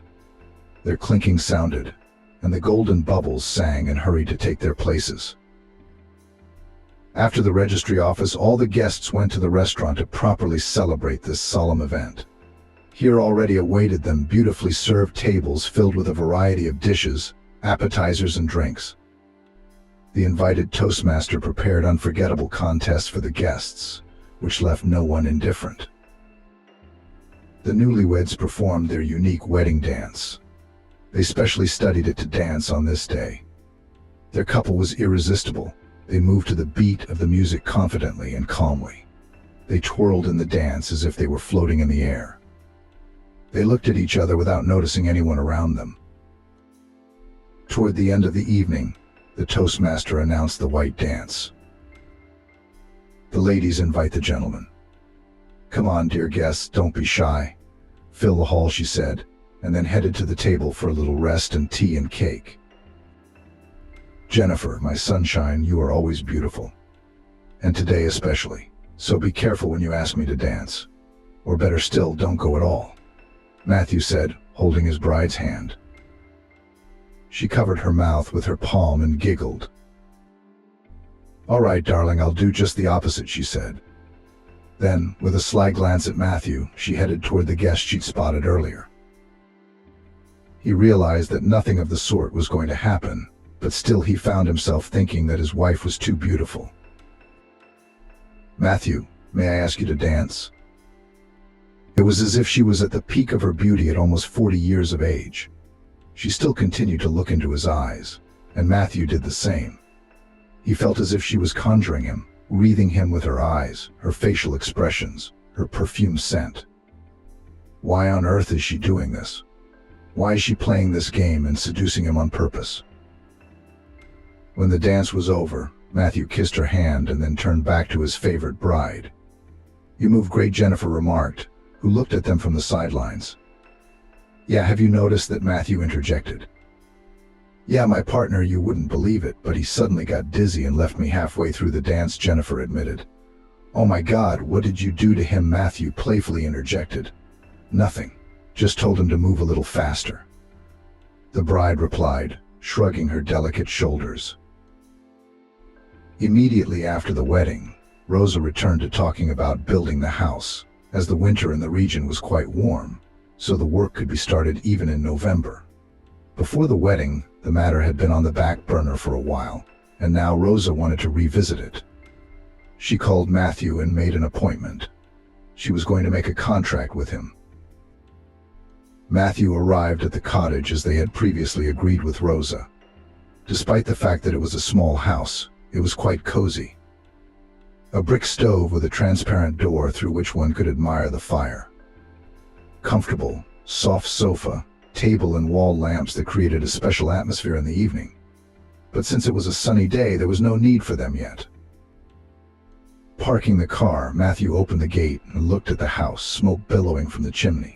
He knocked, and the owner opened the door.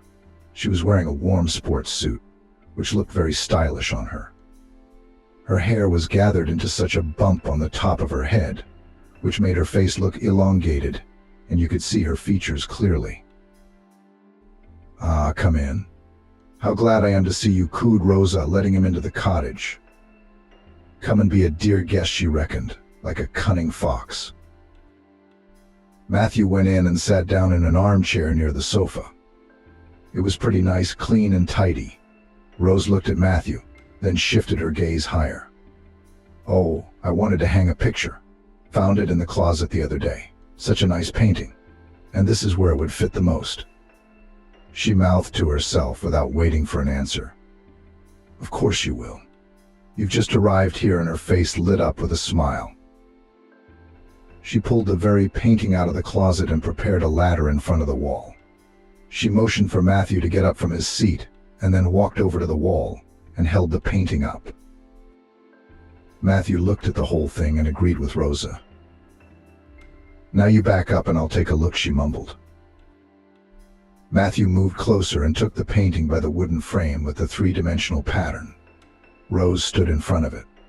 When she lowered the painting, she turned to face him. The woman was in no hurry to leave, but instead stretched out her time, looking at her guest absent-mindedly. The man also stared at her. He had not yet had time to realize anything, when Rose suddenly burst into his lips with a passionate kiss. The painting fell out of Matthew's hands and rolled onto the chair. The unknown power Rosa possessed was transmitted to Matthew. The kiss felt good, and for a few seconds he lost his mind. Rosa's lips were so sweet that Matthew didn't realize how the circumstances had turned his head. Within a couple minutes they were horizontal. Rosa left him no choice but to take the initiative. "Only I have one condition," she said when everything happened. "Let's agree to keep this between us. I don't want to hurt my daughter, because you love her." Matthew was in complete agreement. He could hardly understand how this could have happened. He hung the picture above his chair, and afterward they signed the agreement together. The woman looked like a fed-up cat. Matthew returned home full of a variety of feelings: regret, confusion. But he had to admit that he had enjoyed what had happened at the cottage. In the evening he stopped by Jennifer's store and took her home. They drove around town for a while and stopped at a cafe. Matthew kept quiet a lot and tried to avoid looking at Jennifer. He was greatly disturbed by what had happened during the day. "My mom called me," she mumbled, causing additional excitement on his part. "Yeah, what did she say?" Matthew asked, nervous. "She says you made a pact with her." "That's great. I'm glad there's finally some traffic on a long neglected site," his wife said. "You seem a little different today. Are you puzzled about something?" "No, I'm just thinking about where to start," Matthew said. "Thinking about something else." Jennifer took his hand. "Let's think about it later, and now we'll rest," she said with a smile. "Yes, of course, I agree," the husband mumbled, afraid that his wife might recognize what had happened from his embarrassed eyes. They continued to eat dinner. Jennifer talked about the flowers, about the people who came to pick up the bouquets, about the fact that her customer was satisfied with the new compositions. Matthew pretended to listen, inserting phrases, but he couldn't be fully present. He was shocked by what had happened. He never thought he would find himself between two fires. "Dim, can you hear me? Can we go home?" "I'm so sleepy," Jennifer said. Matthew didn't notice how he fell out of the conversation. "Yes, you're right. I'm tired today. I can't wait to go to bed," he said, rising from his seat and kissing her cheek. After the passion, Matthew decided that it couldn't happen again. The next time he saw Rosa, he told her so. The woman replied that she understood him perfectly and agreed. They could have stopped there, if it hadn't been for Rosa, who had no intention of doing so. She had a long, sleeping personality inside her that wanted to come out, to show itself in all its glory. Looking at Matthew, her son-in-law, who was beside his daughter, who was hugging him, who was looking at him, she began to feel jealous inside her. She was aware that it was wrong, but it was too hard for her to deal with her own feelings. She now looked at Matthew not as her daughter's husband, but as a handsome man to whom she had every right. After all, she would try her luck, and then it would be up to him to decide if he wanted to stay with her, or still choose a wife. The next day, Jennifer went to work. A new shipment of flowers had arrived yesterday, most of which were white. Jennifer wanted to dilute the plainness a little and paint the individual flowers in other shades. She ordered the paint for them from an online store. Today she brought it with her from home. She poured some cold water into several wagons and then poured powder into each one. In one she placed white roses, in the second white asters, and in the third a flower called lily, which had a large V-shaped bud. Now it was necessary to wait some time for the flower to absorb the water, and it, in turn, had to fill every cell of it to give the desired effect. But by evening, the flowers had taken on stunningly rich and beautiful hues. Jennifer put the gloves back on, took them out and put the flowers in again, but now in clear water. On one hand, the glove caught on a thorn that was carefully hidden behind a leaf. The glove tore, and some of the dye got on the florist's skin. But Jennifer was almost finished with the job, so it wasn't too bad. She finished what she had started and washed her hands afterward. Then she stayed at her workstation, and afterward she locked up the store. She was going home alone tonight. Matthew had called her to let her know that he was running late because the customer had some questions about their work. When Jennifer entered the house, the first thing she did was take a shower. Then she warmed up some food and sat down at the table and turned on a new show on her laptop. While still at work, she was feeling seriously hungry. However, now that she had food in her mouth, she suddenly realized that she didn't have much of an appetite. After eating some pilaf, she pushed her plate away and took tea. She decided to herself that she'd probably overdone the coloring today. Besides, some of it had gotten on her skin. Without waiting until late afternoon, she went to bed. She felt a little dizzy, and it felt like someone was rocking her bed. Within seconds, she fell into a deep and dense darkness. Snakes began to appear from everywhere. They were gigantic in size and stared at Jennifer with burning yellow eyes. They stuck out their twin tongues and hissed. They bunched up in the air and came closer to her. One snake touched her foot and then slowly curved and began to climb up her body. It reached her stomach and touched her tongue a couple times before reaching her chest and above. A blue snake with huge scales that were cold to the touch. The snake coiled around her neck. Jennifer tried to pull it away, but there was no way she could get a grip on it. The snake slipped out of her hands in seconds each time. It was getting harder and harder to breathe. Jennifer strained as hard as she could to push the cold-blooded monster away. The woman felt her entire body become hot. Her forehead covered in sweat, she fought desperately against the snake, but it was clearly stronger. Eventually, she managed to rip it off her chest, and she woke up with a sharp upward thrust of her body. Matthew was next to her. He did his best to calm her down and asked what was wrong. Jennifer was breathing heavily. Her pupils were dilated. Matthew said he would get some water. A wet strand of hair fell over her face. Jennifer struggled to get rid of it. "Is everything all right?" her husband asked. "Are you shivering all over?" He touched his palm to her body. "Yes, I'm fine. I had a horrible, horrible dream," Jennifer complained to him. "It's over now," Matthew reassured her. "I'm so glad you're here," she said, tangling herself in the blankets and taking her husband's hand. When morning came, Jennifer climbed out of bed to start getting ready for work. Matthew always got up before her. As soon as she got out of bed, she immediately felt as if her body was filled with lead. It felt heavy, as if someone had put weight on her shoulders on purpose. Jennifer glanced at the clock. For the first time in her life, she had overslept for work. She tried to speed up to get out of the house faster. In an unfortunate move, she bumped into a table leg. "Damn, that hurts," she said, sitting on the chair and rubbing her sore leg. Finally, she pulled herself together and went outside. She decided to skip breakfast today since she had no appetite at all. Jennifer took her workstation and started going through the notes she usually left for herself so she wouldn't forget anything, just in case. This time it was too hot in the store. Even the working air conditioner wasn't exactly filling the room with fresh air. Jennifer spent several hours in constant agony. She was plagued by terrible weakness. Eventually she was forced to close the store and return home. How happy she was to crawl into bed and do nothing.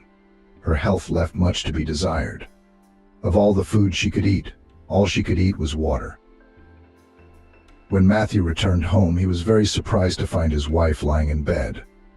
Jennifer had always been active, and it was impossible to imagine her at such an activity. She told Matthew about her condition. He offered to call a doctor, but the girl refused, saying that tomorrow she would surely be better.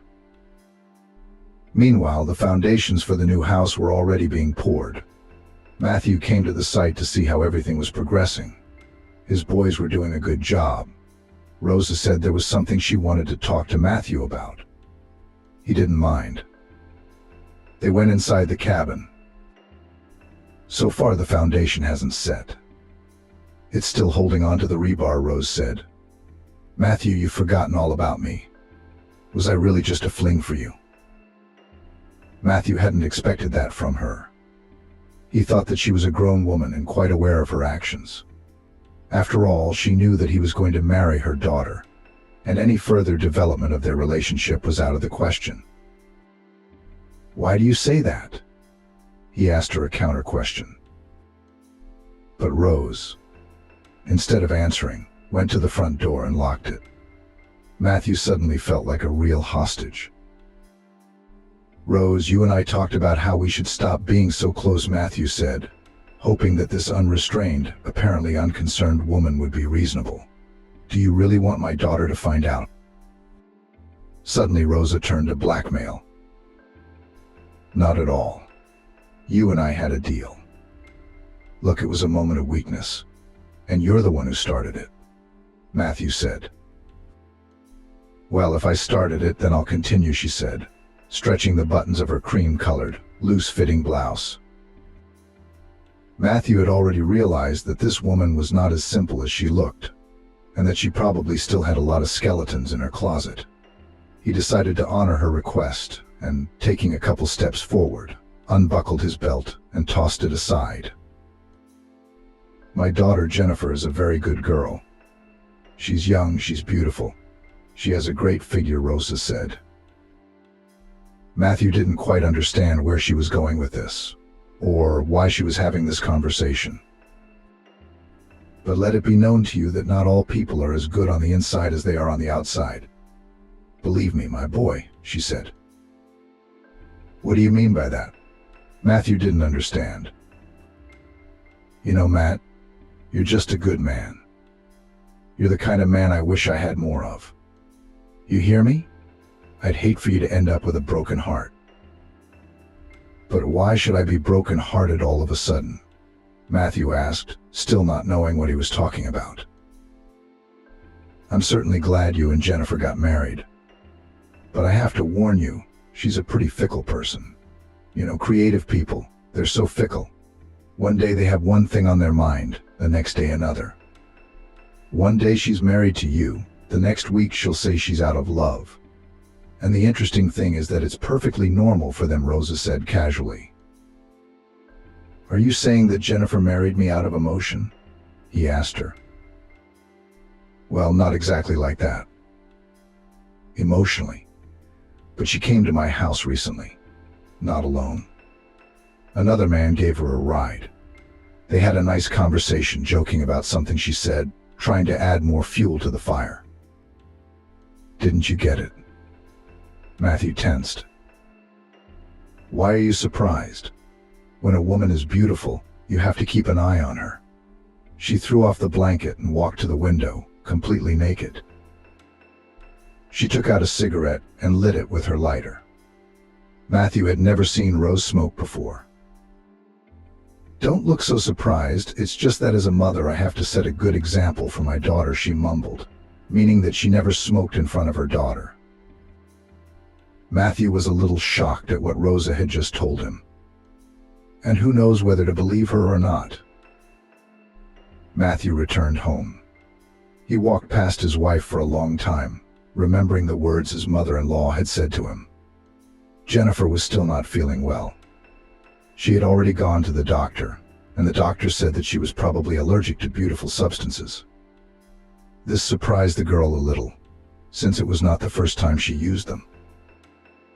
And Matthew, after the new facts about his wife, suddenly began to think that she might have been cheating on him for a long time already. With the help of such thoughts, he was able to somehow reduce the absurdity of his own actions. What can you do? We all have our sins. Matthew asked how Jennifer was feeling. She told him that it would take time for the toxin to completely leave her system. Matthew listened to what she said, but he didn't believe her. He needed to get on with his business. He kissed her on the cheek, not his usual lips, and walked out the door. Rosa called, "What about Jennifer? She's got her whole life ahead of her." "She'll find someone," Rosa replied, not seeing anything strange here at all. After spending some more time together and discussing the circumstances in more detail, the lovers said goodbye. After all this, Matthew did not know how to look his wife in the eye. The only thing that saved him was the fact that Jennifer was not so pure either, and might have been seeing someone else in parallel with him for a long time. Rosa's words sounded so convincing that Matthew was willing to believe the absurdity of it. Perhaps he was more comfortable with it himself.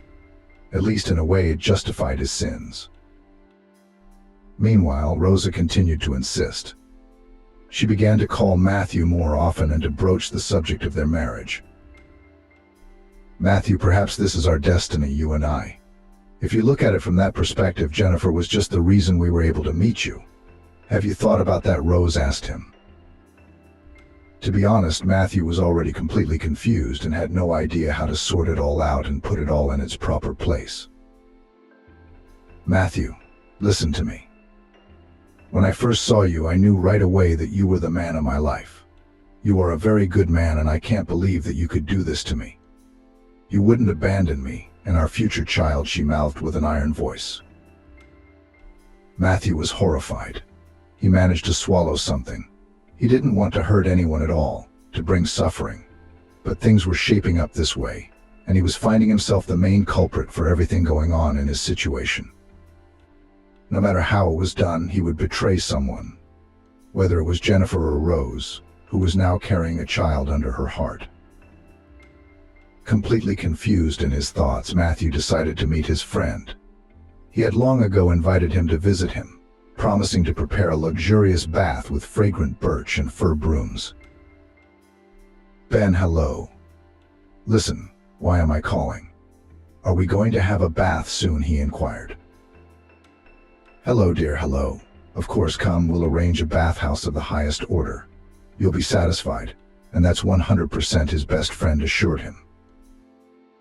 Matthew didn't hesitate to pack the necessary things and headed straight to his place. The bathhouse was really great. The damp heat, the strong aroma of fir and birch. And after that, hot kebabs and hot drinks were waiting for them. Taking a break from the positive stress and knocking off a little hunger, Matthew decided to tell Ben about all the things that had been going on with him lately. "Bro, you're screwed, I'll tell you," Tight he mouthed, sending a golden piece of meat into his mouth. "I'll tell you what, I don't envy you," he pronounced, relaxing heartily. "But to be honest, it's certainly no laughing matter around here. And anyway, here's what I think: that Rose of yours is a real piece of work. Fooling you, and she's not the least bit embarrassed about it," Ben said. "What makes you think that?" "Honestly, I haven't noticed it," Matthew replied. "Well, it's plain to see. She's manipulating you, blackmailing you for some reason, scaring you into telling your daughter. Why doesn't she love her daughter so much? It's not often you see a mother trying to steal a man away from her own daughter," Ben said. "She probably got you a big discount, didn't she?" Ben squinted his right eye. "Yes, I got a good discount, but it wasn't because of her, it was because of my wife," Matthew replied. Yes, of course I understood that," Ben said. "Of course, Matt, it's up to you. But your story smells like something unpleasant." He raised his glass and said, "Let's drink that we never go off course, that no one confuses us." Matthew supported him fully, and both of them emptied their glasses in a gulp. The pickles on the saucer finally ran out. After his conversation with Ben, Matthew began to see the situation differently. Why would Rosa be slandering her daughter? She's doing everything she can to keep Matthew with her and dump Jennifer. To get to know Rosa better, he decided to strike up a conversation with his wife about her mother. "Listen, I have an unmarried friend. Why don't I introduce him to Rosa? She's not too bad. She could start a family," Matthew suggested. "You don't know Rosa very well," Jennifer replied. "My mother is a man-hater or a feminist. She believes a man has to earn her love. And she used to say that love doesn't exist, it's a fantasy." Matthew would never have thought that about Rose. On the contrary, she seemed a passionate, sensual woman who respected men. That evening, Matthew received a phone call from Rosa. She missed him and wanted to see him. Matthew looked back at Jennifer, who had laid down after dinner. Because of her indisposition, the medication had not helped much. The girl was lying on her back, head turned to the right. She looked so sweet and defenseless. Matthew suddenly felt a strong twinge of remorse. But Rose was waiting on the other end, and he said he would come over. When Matthew walked in, Rosa's belly was already visible.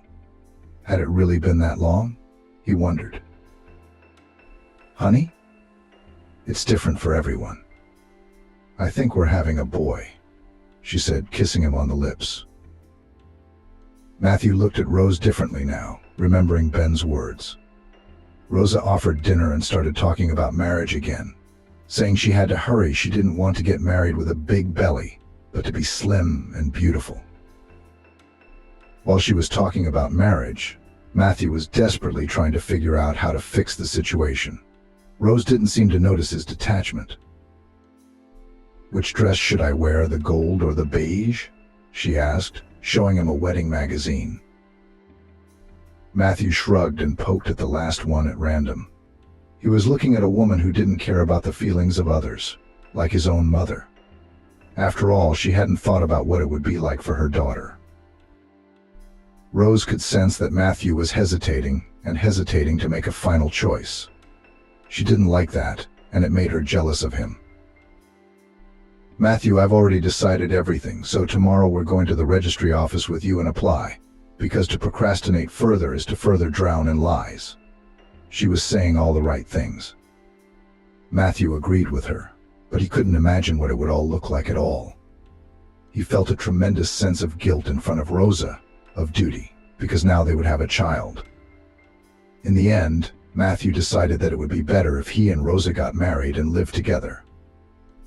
And he'd explained to Jennifer that it was just the way it was. That's what he was, an unprincipled fool. He thought he'd tell her that if she didn't forgive him, he'd understand, and that she was entitled to it. The next day, Matthew and Rose headed for the registry office. They decided to sign first, and then when Jennifer found out about everything, they would play the wedding. Both of them were a little worried, but in the end everything went smoothly. Rose wanted to celebrate the event and therefore went to a cafe. Next to the wedding palace was a pretty good cafe with a very interesting interior. There were wide armchairs of dark blue color, and each table was separated by a dense curtain, which served as a kind of noise insulation, absorbing sounds.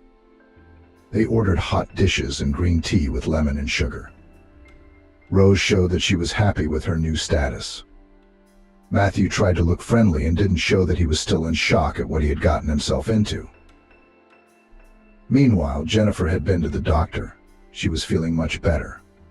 However, the doctor recommended that she diet and not skip meals, so that her body would have the strength to fight, so that she would have a strong immune system. But since she was already hungry, she went to the nearest cafe, which was near the wedding palace. She remembered that she and Matthew had wanted to come here every time, but still hadn't gotten around to it. And this place was quite nice. Jennifer didn't stand for long. She picked a corner for herself and seated herself at the first table where her gaze fell. She ordered her favorite sautéed mushrooms, a salad, and a brownie. She took the first course and already sent several spoonfuls of broth into her mouth. But then she heard what she thought was a familiar voice. At first she didn't pay attention, but then she heard another voice, this time belonging to a man, and as she could guess, to her husband. It was her husband and her mother talking. At first she thought it was just a coincidence.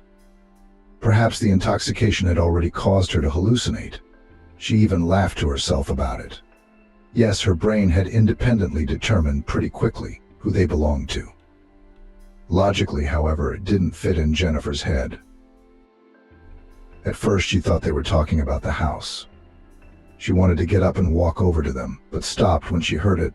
I can imagine her surprise when she finds out that you and I are getting married soon, and you're pregnant too. Jennifer froze in shock. She couldn't believe what she was hearing, and it made her turn into one big ear. Becoming invisible, she carefully pulled back the curtains and actually saw Matthew and his mother.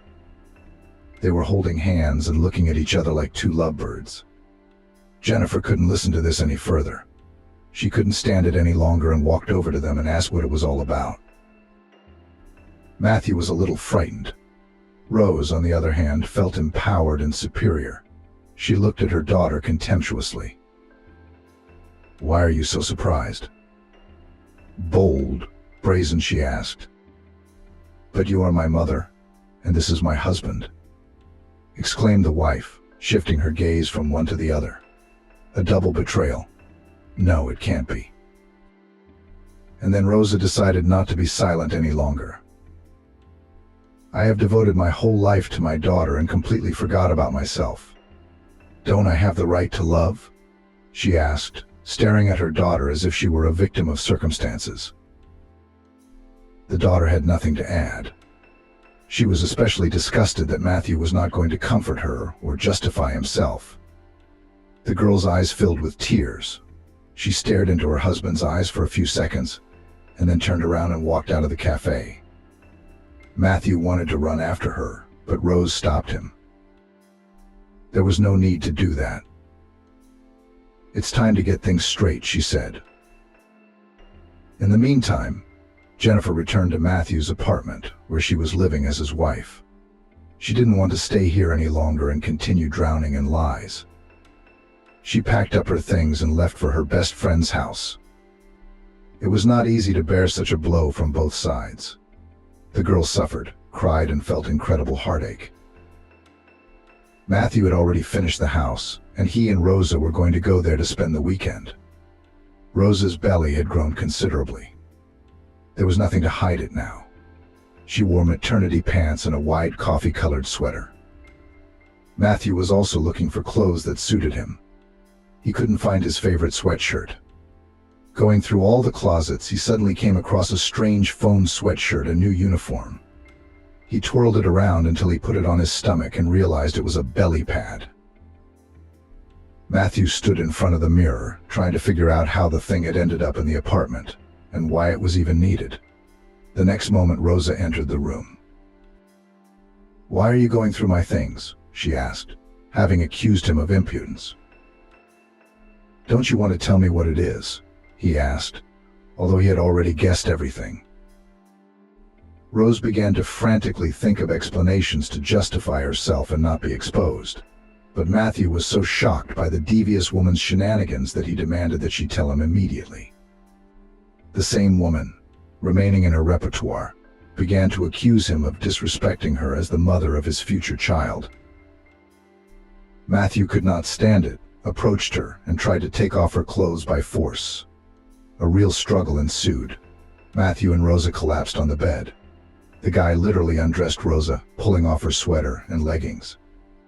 She was screaming, telling him not to touch her stomach, that she would call the police.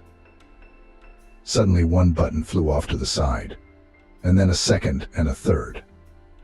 And the next moment, in Matthew's hand was a false belly almost the same as the one he had measured before, only a little smaller. He couldn't hide his amazement at how believable she was. A real uproar broke out in the room. Matthew couldn't believe that he could have been so deceived. "I'm leaving. I won't tolerate deception," he said. "You're a real destroyer. You don't care about the feelings of the people you care about. If that's the case, you're on your own. Grab your bag and go. You're not getting anything anyway." "Why?" she threw, as if she had assumed such an outcome and was sure that he would not find anything and would not dare to take this step. But her hopes were in vain, and so Matthew left her alone. Rose, having finally gotten rid of her belly, continued to live her life as before. She wasn't going to reconcile with her daughter just yet. Perhaps pride wouldn't allow it. But soon a notice arrived in her name that she had to leave the apartment. The mother was horrified. She didn't understand why she had to leave her home, where she had lived for many years. Gathering herself, she went to the notary. An elderly man in an expensive jacket and white shirt helped her understand, scrutinizing everything. He told Rosa that when Matthew was married to her daughter, she had signed the apartment over to him, and when he married her mother, he had registered the house for himself. "But that's impossible. I've been cheated," screamed Rosa, trying to get justice. But the notary said that all questions now to her daughter. Rosa decided not to tell her directly at first, but to pretend that it was Matthew who had abandoned her. When she came to her daughter, who was staying with a friend, she started crying, telling her that Matthew had abandoned her. She had lost her baby because of the stress. He was ruthless and heartless. Jennifer, arms crossed, listened to her, standing in the hallway. Rose sat back in her chair. Her lips were pressed together in indignation. She tried diligently to squeeze out a tear to relieve her daughter. But Jennifer had grown up and understood a lot. You could say she was convinced that her mother was a narcissist and a cynic. Pulling an empty bottle from her pocket with the name of the poison on it, Jennifer tossed it to her mother. She found the poison when she was packing. Her daughter decided not to feel sorry for her and told her the truth. "I always knew you didn't love your father. I knew you cheated on him, and I saw him suffer. You wanted him out of the apartment, and you were the reason he was gone." Jennifer blurted out the horrible truth to her mother. No, that's not true," Rosa denied with trembling lips, clutching the empty bottle in her fist. But looking into her daughter's eyes, she realized that her next lie would not go away. The whole point was that the mother was from a simple family. When she was young, she was very beautiful, and when she dated a guy, she was sure she could find a better option. She had to marry Jason when she found out she was pregnant. Rosa never liked him and wanted to get rid of him. It also weighed on her that she couldn't go back to her old life because she had a young daughter to take care of, love, and raise. She was too strong. Sadness enveloped her at the thought that her life was over. After all, her husband was an average man with an average salary on which one could only go on vacation if one saved for a very long time. Honey, I put our house in my mom's name. It's better that way. Amber was numb to her husband's words. Jeremy was raised by his mother alone. They lived in a small studio apartment. His mother worked 2 jobs, providing her son with everything he needed. Life's hardships hardened her. Rose made her a strong-willed woman, which sometimes made her demanding of her son. Jeremy often imagined his father and dreamed of meeting him. At school, when other children were taken away by their parents, the boy silently imagined that one day his father would come for him. But time passed, and his father never showed up. One evening at dinner, the son asked, "Mom, can I ask you a question?" Sure. Jeremy, for some reason, she always avoided talking about his father. Rose frowned, then said, "Because it's very painful for me to remember everything." "I understand, but I'm 16 years old now. I'd like to meet him." "Why did he leave?" Jeremy asked. Rose sighed heavily. Her gaze softened a little. "Son, he left when he found out I was pregnant. He wasn't ready to take responsibility then. It was his decision." "Don't you want to find him now? Maybe he's changed?" Jeremy asked with hope in his voice. His mother shook her head. "Jeremy, I don't know where he lives or with whom. I don't want to know. I let him go a long time ago," she added with a deep sigh. "Jeremy, I realize that you miss your father very much. But believe me, 16 years ago I couldn't change anything. I did everything in my power for you." "Mom, I know. Thank you for everything," he said gratefully. "Jeremy, please, let's never talk about your father again," Rose said sharply. The son nodded affirmatively, but inside him was a misunderstanding of his father's behavior. How could you just walk away from a woman who was expecting a child from you? "I would never do that," Jeremy told himself. Years passed. Jeremy had always been interested in psychology and human relationships. He graduated from university and majored in psychology, despite the fact that his mother was strongly opposed to this profession. Having received the long-awaited diploma, Jeremy began his career as a psychologist in a private kindergarten. Later, he moved to work in a school, and at the same time rented an office and received clients as an individual psychologist. Jeremy loved his work very much. He listened attentively to every person who came to him for help. They were people with different problems. Some suffered from depression, some were going through a difficult divorce, and some just couldn't find themselves in life. Jeremy found an individual approach to each client, helped to understand the situation, and found a solution. His compassion and skill were paying off. Each month the number of clients grew. Jeremy barely had time to sign up everyone, but he was happy about it. When he helped people, he was overflowing with sincere joy, which gave him even more strength and inspiration. That's how he became a famous psychologist. After several years of hard work, Jeremy was able to build himself a studio apartment, a studio in the city center, and renovate his mother's apartment. He was very glad that he did not succumb to her influence, and still chose the profession he had his heart set on. Of course, he loved his mother very much, pitying her and helping her, but he was often tired of her rigidity and hardness. Jeremy realized that perhaps if her father had not abandoned her when she was young and she had had support, she would have been much softer and more feminine. As time went on, Jeremy already had an apartment, a car, a job he loved, but he had no personal life. When he'd visit his mother, she'd always bring up the same subject. "Son, men your age already have children. But you don't only have children, you don't even have a girlfriend. You have so many women coming to see you. Can't you get acquainted with anyone?" Rosa asked. "We get a lot of women," Jeremy replied. "But they come to get my psychological help. I don't see them as partners for life." Rose pressed her lips together and shook her head. "What about you, Jeremy?" she said sternly. "Let's not talk about that. I'm sick of the same old stuff. Mom, I just want grandchildren, you know. I'm not young anymore." I understand, Mom, but I don't want to get married just for show. Starting a family is a big step, at least for me. Jeremy had never lacked for female attention, but he was in no hurry to get married. Some female clients tried to get close to him, but he delicately made it clear that there could be no other options besides a working relationship. A year passed. Jeremy was completely absorbed in his work. In addition to individual counseling, he began to conduct psychological trainings. People signed up months in advance. One day on his day off, Jeremy came to visit his mom. "How are you doing?" Rosa asked him as soon as they sat down to dinner. "You don't come to see me much anymore." "Mom, I have a lot of work. I am now also conducting trainings." "Wow." Mom was surprised. "I am proud of you.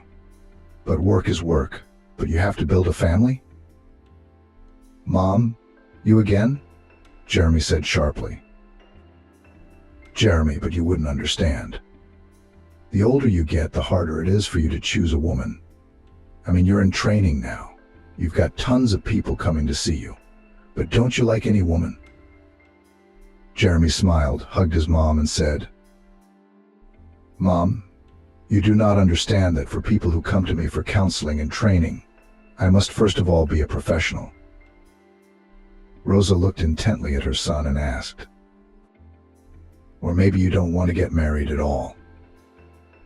"Mom, I really want to create a strong, harmonious, holistic family. I want to get married once and for all. But I guess everything has its time. Maybe someday I'll meet the right one, but for now I'm focused on work." Rose shrugged silently. But Jeremy knew that the next time his mother would bring it up again. One day, a girl named Amber came to Jeremy for individual counseling. She timidly sat down in the chair and began to tell her sad story. A few years ago, Amber met a man on the internet. At first, everything was fine, a candy bouquet, period. Love, plans for a joint future. But life made its adjustments. Amber got pregnant and shared the happy news with her man. But this news turned out to be happy only for her, because the man said that he did not want to be a father, as children are a burden. So they broke up without getting married. Amber, despite all the difficulties of life, carried and gave birth to a daughter. 2 years had passed, and she still remembered the situation, still thinking about that man from time to time and blaming herself for the fact that maybe she was wrong about something, since he had done that to her. She tormented herself with questions. Why did this happen? What did she do wrong? Why didn't he want to stay with her and their child? After all, everything had been fine before he found out about the pregnancy. It's amazing how similar Amber's life situations are to my mom's. My dad, when he found out she was pregnant, left her alone with a baby in her arms too, Jeremy thought to himself, and his heart squeezed with pain and sympathy for Amber. When Amber stopped talking, Jeremy suddenly took her hand and said quietly, "Amber, I understand your pain and your bitterness, but you are not to blame for what happened. On the contrary, you are good that, despite the difficulties in the situation, you carried and gave birth to a child.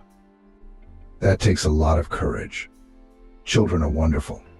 Jeremy paused for a few seconds and then added, "Amber, you must realize that every person in the world has their own challenges, lessons that were not learned in previous incarnations. This means that there will be conditions for new attempts to realize and pass these life lessons. And how a person copes with these tasks is already shown by life itself. Some people look for the reasons for their failures, for the culprits, complain about the circumstances around them, complain and change absolutely nothing. Others find their own points for development. There are such lessons in me, in you, in every human being, and in your former man with whom you broke up." Amber listened attentively, feeling her heart gradually fill with warmth and calm. And Jeremy continued, "Amber, in everyone's life there are different people, good and evil, sincere and conniving, all simplistic and vindictive, wise and reckless. Some become part of our soul, others remain mere acquaintances. But everyone we meet on our path brings something unique to life experience, which is formed and needed for the development of our soul, for the realization of life lessons that have not been passed by us before. And sometimes you have to live a particular experience only to finally realize that it's yours and for you, or not about you and not for you. Amber finally broke the silence. Jeremy, thank you so much for your understanding and for your support. It's like a stone has fallen from my soul. Jeremy smiled. He saw tears of relief and joy in Amber's eyes. And to him, that was the most important thing. Amber, even though your relationship with this man didn't work out, doesn't having a daughter make you happy? Jeremy asked. Amber smiled with tears in her eyes and said, "It sure does." As the counseling session came to an end, Amber no longer looked as panicked as she had at the beginning. "Jeremy, you've helped me a lot. Thank you so much." "Always at your service," Jeremy said and smiled. They said their goodbyes and Amber left. Jeremy, on the other hand, stayed in his office waiting for his next client. Several weeks passed. Jeremy was immersed in work as usual. His daily schedule was packed to the minute: consultations, trainings, documents. He barely had time to stop and catch his breath. Despite his busyness, Jeremy began to notice that his thoughts occasionally returned to Amber, the girl who came to him for individual counseling. Jeremy was surprised by her sincerity and her touching simplicity. Unlike many other clients, she came without makeup, which made her even more attractive. Jeremy recalled their conversation, her life story, connected with her ex-husband, her worries, how she listened attentively to his advice. In her eyes there was a special sincere gratitude for support and understanding. And her tears touched Jeremy to the core. "And Jeremy, this is your client? What do you think you're doing?" he muttered to himself with a smile. He knew it was important to respect professional boundaries, but he was taken aback. After all, for the first time he saw his client not just as someone who needed help, but as a woman. Every time he thought of Amber, he felt warm at heart, realizing that his feelings went beyond professional interest. That realization both scared and inspired him at the same time. And a couple of times he'd even thought about texting or calling her, since her phone number was in his client database. But in the end, he decided that would be unprofessional and inappropriate. 2 months passed. Jeremy was preparing for an upcoming psychological training session aimed at developing effective communication skills. This training was scheduled to take place in a week, and it was important to him that everything went perfectly. He designed a variety of exercises and interactive exercises to keep the participants as immersed in the training as possible. On the day of the training, Jeremy arrived at his classroom 40 minutes early to set up. He arranged the chairs, laid out the handouts. After about 20 minutes, the training participants began to arrive, filling the room with a light buzz of conversation. Jeremy was talking to a woman named Rose, who often attended his trainings. When the door opened again, he turned and froze for a moment. Standing in the doorway was Amber, the same girl who had been on his mind for months. He couldn't believe his eyes. Amber stood on the threshold, looking around and clearly expecting someone. Jeremy had finished talking to one of his customers. He wanted to approach Amber, but at that moment a guy entered the auditorium and smiled at Amber. The two of them headed toward the empty seats together. Jeremy realized that he was the one Amber was waiting for as she looked around. "I wonder who he is to her," Jeremy thought to himself. Amber and her boyfriend sat down in the empty seats and began to talk passionately. Jeremy got his thoughts together and began to review the material he was going to present to the participants. Several people had not yet arrived, and everyone was waiting for their arrival. Suddenly, Jeremy met Amber's gaze. She smiled, stood up abruptly, and walked over to him. "Hello, Jeremy," Amber said. "I wasn't expecting to see you. A coworker signed me up. I didn't know you'd be leading the training." "Hello, Amber. Good to see you. Yes, I also do trainings," he said with a smile. I didn't know that. By the way, Jeremy, I want to thank you again. After individual counseling with you, I felt much calmer. It's like you've changed the way I think," Amber said. Jeremy couldn't hide his joy at hearing that, and replied, "I'm so glad I was able to help you. It's the best reward for my work."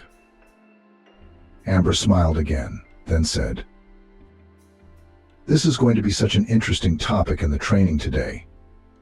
I decided that I could use some effective communication skills." Yes, the topic is interesting and important, because we are all in society and communicate with people every day. So let's learn how to do that effectively, Jeremy said. He looked into Amber's eyes and then added, "We'll start soon enough." Amber headed to her seat and sat down next to her coworker. It's amazing how sometimes life itself finds a way to bring people together. She's amazing. She has a special energy, Jeremy thought to himself. The training began. Jeremy watched with interest as Amber actively participated in the discussions and exercises, much to his delight as the participants took notes on what they had learned. Jeremy caught himself thinking that his gaze was fixed on Amber. Her natural beauty, her sincere, unadorned smile, her ease of movement. Jeremy continued to silently compliment Amber. From time to time he and she met eyes. They seemed to be engaged in a silent dialogue that only they could understand. Jeremy realized that this girl aroused awe and admiration in him.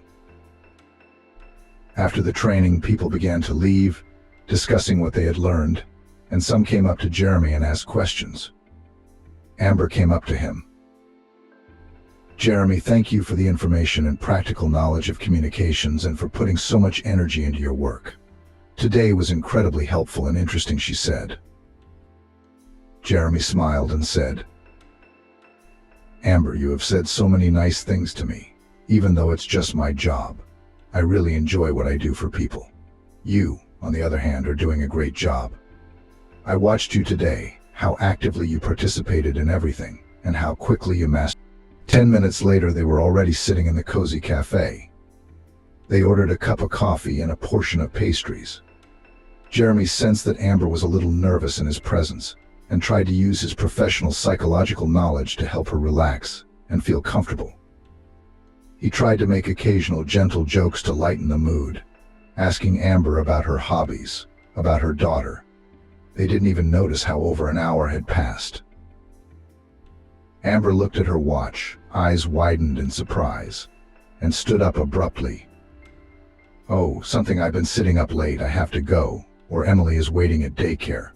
It's starting to snow outside." "It's probably going to be crowded for the bus now," Amber said worriedly. "Amber, don't worry, I have my car. I'll give you a ride to the daycare right now," Jeremy said. "Really?" Amber interjected. "Of course." "Oh, thank you so much," she rejoiced. Jeremy smiled to himself and thought, how funny she is. Even though she has a daughter, she looks like a kid herself.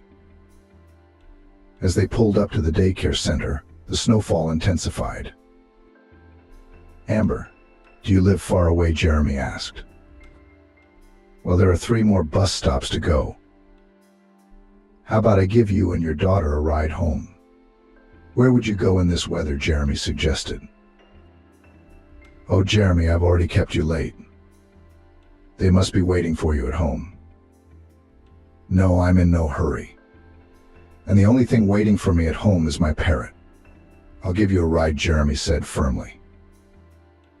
Amber looked at him with a smile and said thank you so much. She walked into the daycare center to pick up her daughter. When the little girl got in the car, she immediately said, "Hi. My name is Emily. What's yours?" "And I'm Jeremy. Nice to meet you." "Is this your car?" Emily asked. "Yeah, I'm about to drive you and your mom home in it." "That's good, because my mom and I were running late today, and I didn't have time to put my boots on," said Emily. Amber and Jeremy laughed. When Jeremy stopped the car in the driveway, the girl asked, "Will you come over and visit us?" I'll show you my toys." "Otter," Amber intervened, "Uncle Jeremy has to go home. He had a hard day at work." Emily frowned, looked at Jeremy, then at Amber and said, "Mom, we have delicious pie at home. Maybe now Jeremy wants to eat some." Amber was confused and looked at Jeremy and said, "Jeremy, just get this right. How would you feel about coming over for tea and cake?" "For tea and cake," Jeremy interjected. He was, of course, very glad to be invited, for it was another opportunity to socialize with Amber. The little girl put her hand on Jeremy's shoulder and said, "Come on over to our place. Look at the snow outside." Jeremy smiled. "Well, how can you say no to such lovely ladies?" "Yay!" Emily shouted as she entered Amber's apartment. Jeremy noted that the apartment, though small, was very cozy. The interior was especially charming with candles and creative figurines placed everywhere. "Amber, it's very cozy," Jeremy said and took one of the candles in his hands. The girl noticed Jeremy examining the candle and said, "These candles my mom makes herself." "Really? Very pretty and fragrant." "Amber, you're creative," marveled Jeremy. "Thank you," Jeremy said Amber modestly. "I love making something with my hands." At the table, everyone was chatting animatedly, laughing. Jeremy felt like he had known Amber for a long time. Jeremy felt easy and comfortable in the company of Amber and her daughter Emily. He noticed that little Emily lacked a man's care and support. As he was about to leave, he sat down next to Emily and said, "Thank you and your mom for the invitation and the delicious pie. Will you be coming to visit us again?" Emily suddenly asked. Jeremy answered without thinking, "You know, I'd rather invite you and your mom to an amusement park. Would you like that?" What Emily did next surprised both Amber and Jeremy. The girl put her arms around his neck and said, "You are so kind and good. I really wish I had a daddy like that." Amber intervened. "Uncle Jeremy, it's probably time to go now. We've already kept him busy." Jeremy looked at the girl and said, "I really should go home, but we'll definitely go to the park together." Amber added, embarrassed, "Jeremy, you don't have to invite us out. You have enough to do." "It's okay, work's not going anywhere," he said with a smile. Jeremy began to gently and carefully court Amber and her daughter Emily. He tried not to impose and listened to them carefully. At first their meetings were infrequent and brief. Sometimes they would just walk in the park talking about life or go to the movies together. As time went on, Jeremy and Amber began to socialize more often.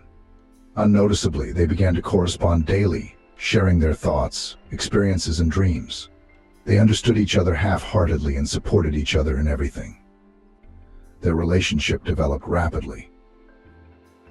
One of the first significant events was a joint weekend trip.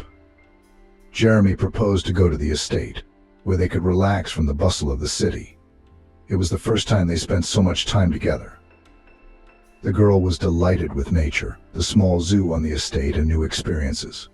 And Amber enjoyed the tranquility in Jeremy's company. This weekend was the beginning of a new phase in their lives. Jeremy realized that he couldn't live a day without Amber. She had become not just a woman he had feelings for, but a true friend. And the little girl with her endless energy and childlike spontaneity became for him just like his own. One day Jeremy arrived at his mom's house. "Son, you came to me less and less often. Has something changed?" she asked, scrutinizing her son. Jeremy smiled and nodded. "I found the one. I am happy with her." Rose hugged her son and said in a firm voice, "Finally, I thought you would never meet anyone. I am very happy for you." Squinting her eyes, Rosa continued, "So why don't you introduce me to her? Come over to my place for lunch this weekend." "Okay," Jeremy replied, not hiding his smile. Jeremy, you've blossomed. I don't recognize you, Rose said simply. I won't argue. You have no idea how much I love her. It was the weekend. Jeremy picked up Amber and they hit the road. On the way, they dropped the girl off at Amber's mom's house. After dropping off the girl, Jeremy and Amber went to the store and bought wine and cake. With the purchases, they headed to Rose's house. Stopping in the driveway, Amber said, I'm worried. Jeremy took her hand and calmly said, Don't worry, everything will be fine. I'm right here with you. The door was opened by a petite woman of short stature. As she entered the apartment, Amber immediately felt the appraising gaze of Jeremy's mom. Hello, Amber said, remembering what Jeremy had said about his mom being a difficult woman. Hello, the woman said and looked Amber over from head to toe. Come on in and make yourself at home. Mom, I want you to meet Amber. This is Amber. Amber, this is my mom, Rose, Jeremy said. Everyone sat down at the table. He poured wine for his mom and Amber. The atmosphere was relaxed. They talked about neutral topics, the weather, the upcoming New Year's Eve. Jeremy shared plans about his work, telling what projects he wanted to create and realize before the new year. Suddenly, Jeremy's mom looked at her son and asked, I hope you will come to me on New Year's Eve? Jeremy hesitated, then calmly said, Mom, Amber and I were planning to spend New Year's Eve together. After holding out for a few seconds, he added, Or rather, the three of us. Rose raised her eyebrows and asked, The three of us with me? Jeremy shook his head. Mom, not exactly a threesome. It's me, Amber, and her daughter. There was silence for a moment. Jeremy's mom glanced shrilly at Amber, then at her son, and then clarified, trying to hide her surprise. Ah, so Amber has a daughter. Amber saw Jeremy's mom's face change from what she'd heard. She's a wonderful girl, kind, smart, funny, Jeremy said. Amber thought, she was so surprised, like she didn't know I had a baby. Didn't Jeremy tell her? A heavy silence hung in the room. But after a few seconds, Jeremy's mom said dryly, Didn't you tell me Amber had a daughter? Jeremy shrugged. Well, I did now. Amber caught a stern look from Rose. And how old is your daughter, Amber? She asked through gritted teeth. Almost 4, Amber replied. I see, Rose said. So you've been married then? Amber shrank back. She didn't want to talk about her past relationship with Emily's father. But Rose stared at Amber, waiting for an answer. I wasn't married, Amber answered boldly, thinking that she shouldn't lie and should tell the truth about her past. After all, she had nothing to be ashamed of. There was nothing to be ashamed of for having a daughter out of wedlock. The important thing is that Jeremy knows about it and is cool with it. Mom, who cares if Amber was married or not? It's her past, and why bring it up? Jeremy tried to talk some sense into his mom, knowing her temper. Jeremy, I was just asking, what's the big deal? Rose said. She looked at Amber and took a sip of her juice and added, Tell me better, how did you two meet? Jeremy began to talk about how Amber had come for individual counseling, then psychological training with him. Amber felt uncomfortable and wished she could go home soon, back to familiar surroundings. Rosa seemed to realize this and deliberately tried to dig into her past more and more. Whenever Jeremy's mom asked her something, Amber answered briefly. And Jeremy kept telling his mom about the three of them going to the circus, going on weekend trips out of town. Rose was frowning more and more with each passing minute. Mom, are you feeling okay? Jeremy asked, noticing her gloomy mood. I'm fine, she replied sharply and looked at Amber. Amber sensed her dislike and turned to Jeremy and said, "Jeremy, why don't we help your mom put the dishes away and go home already? We have to pick up the girl from her grandmother's." "Don't help me with the dishes," Rosa said sharply. "Are you sure?" Jeremy asked. "Yes, I'm sure." "Come on, I'll walk you out." As Jeremy and Amber were about to leave the apartment, Rosa asked, "Jeremy, do you think you might have a chance to come over tomorrow to help me take out and throw away the old boxes that are on our balcony? I want to clean up the mess." "When are you?" "I'm on my way to pick it up," Jeremy offered. "No," Rosa said. "What do you want to do?" "Well, tomorrow's tomorrow." Amber and Jeremy said goodbye to her mom and went outside. In the car, Amber said, "I think your mom was upset when she heard I had a daughter." "Amber, she needs time," Jeremy replied. The next day he went back to his mom's house. As promised, she met him on the doorstep with an even more somber look than the day before. "Hey Mom, where are the boxes that need to be thrown off the balcony?" Jeremy asked. He began to take the boxes out, and Rose watched him silently. Finally, Rose spoke up and said, "Son, I don't want to offend you, but this is Amber. I don't think she's for you." Jeremy stopped. "Mom, you asked me to come over to talk about Amber and to help take the boxes out. Mom, why do you think Amber isn't for me?" "Yeah, because she has a baby," Rosa said. Jeremy's eyes widened in surprise. "So what if she has a baby?" "It doesn't bother me at all. On the contrary, I've grown very attached to the girl, and she to me." "And yet, Jeremy, I don't understand why you want a woman with a child. And anyway, she wasn't even married. Do you know who her child is from? I mean, she's been, walking around somewhere. Maybe the man who gave birth to her child is an alcoholic or a drug addict. She's the one who's good while she's little, but what will grow out of her you never know." Jeremy was taken aback by his mother's words. "Mom, are you even out of your mind? What are you talking about? You don't know Amber at all and you're slinging mud at her. I thought you'd be happy for me, that I'm finally happy. You've been dreaming of me meeting someone, haven't you?" "Yes, dreamed of you meeting a woman, but without a child." "Look, Mom, take offense or not, but I have no intention of breaking up with Amber for your whim.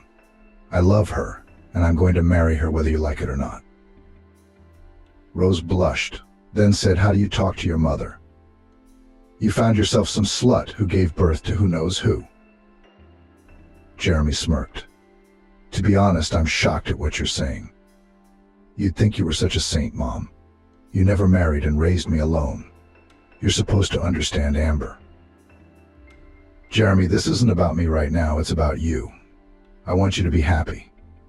Here you are wanting to marry a woman, raise someone else's child, and you realize that a child is a big responsibility. Mom, you're talking to me like I'm 16 years old. Don't you think you're overprotecting me?"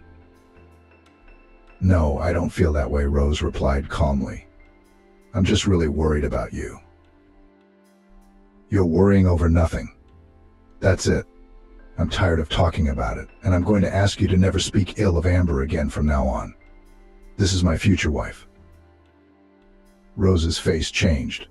Jeremy, noticing the indignation on his mother's face, added, "You don't like what I said, Mom. You're going to have to accept it."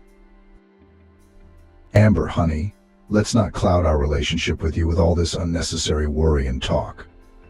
Let's focus on our wedding." Amber shrugged. Of course she guessed that the disagreement between Jeremy and his mom, Rose, had to do with her.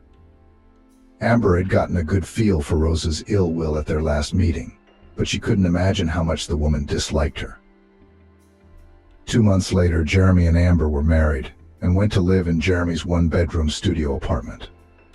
One evening they sat in the kitchen discussing their dreams and plans for the future. Little Emily slept quietly. Yes, the apartment is certainly small for all three of us, Jeremy said. But that's it for now, my love. The main thing is that things are good between us. We spend most of our time at work anyway, and we only sleep at home. So the size of the place doesn't matter at all. It doesn't matter as long as there are three of us, Amber said. But if we have another baby, there will be four of us, and there wouldn't be enough room. Jeremy smiled and continued.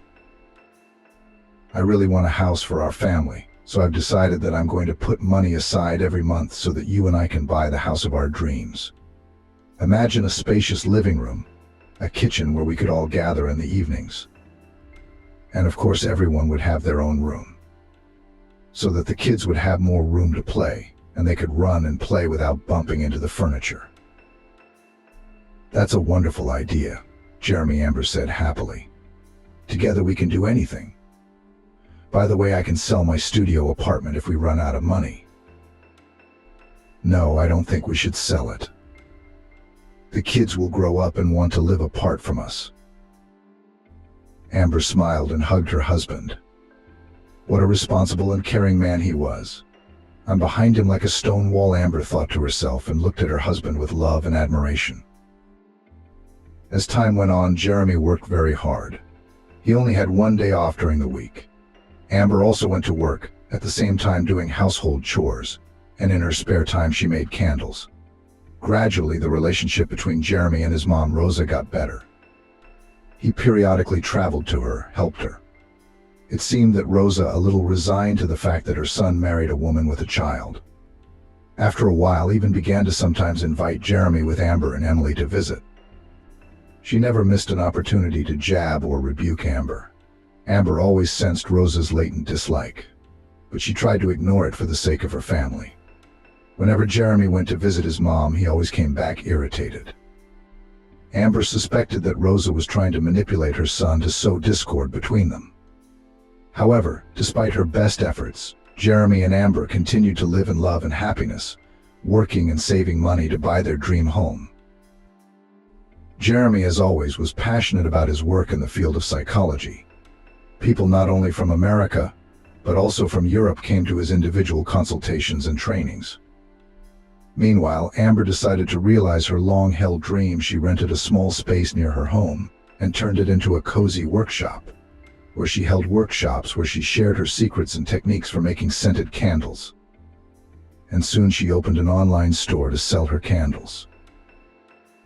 2 years passed in hard work. Jeremy and Amber worked tirelessly, putting all their energy and resources into the development of their business. Their efforts were not in vain. They saved enough money to buy a house.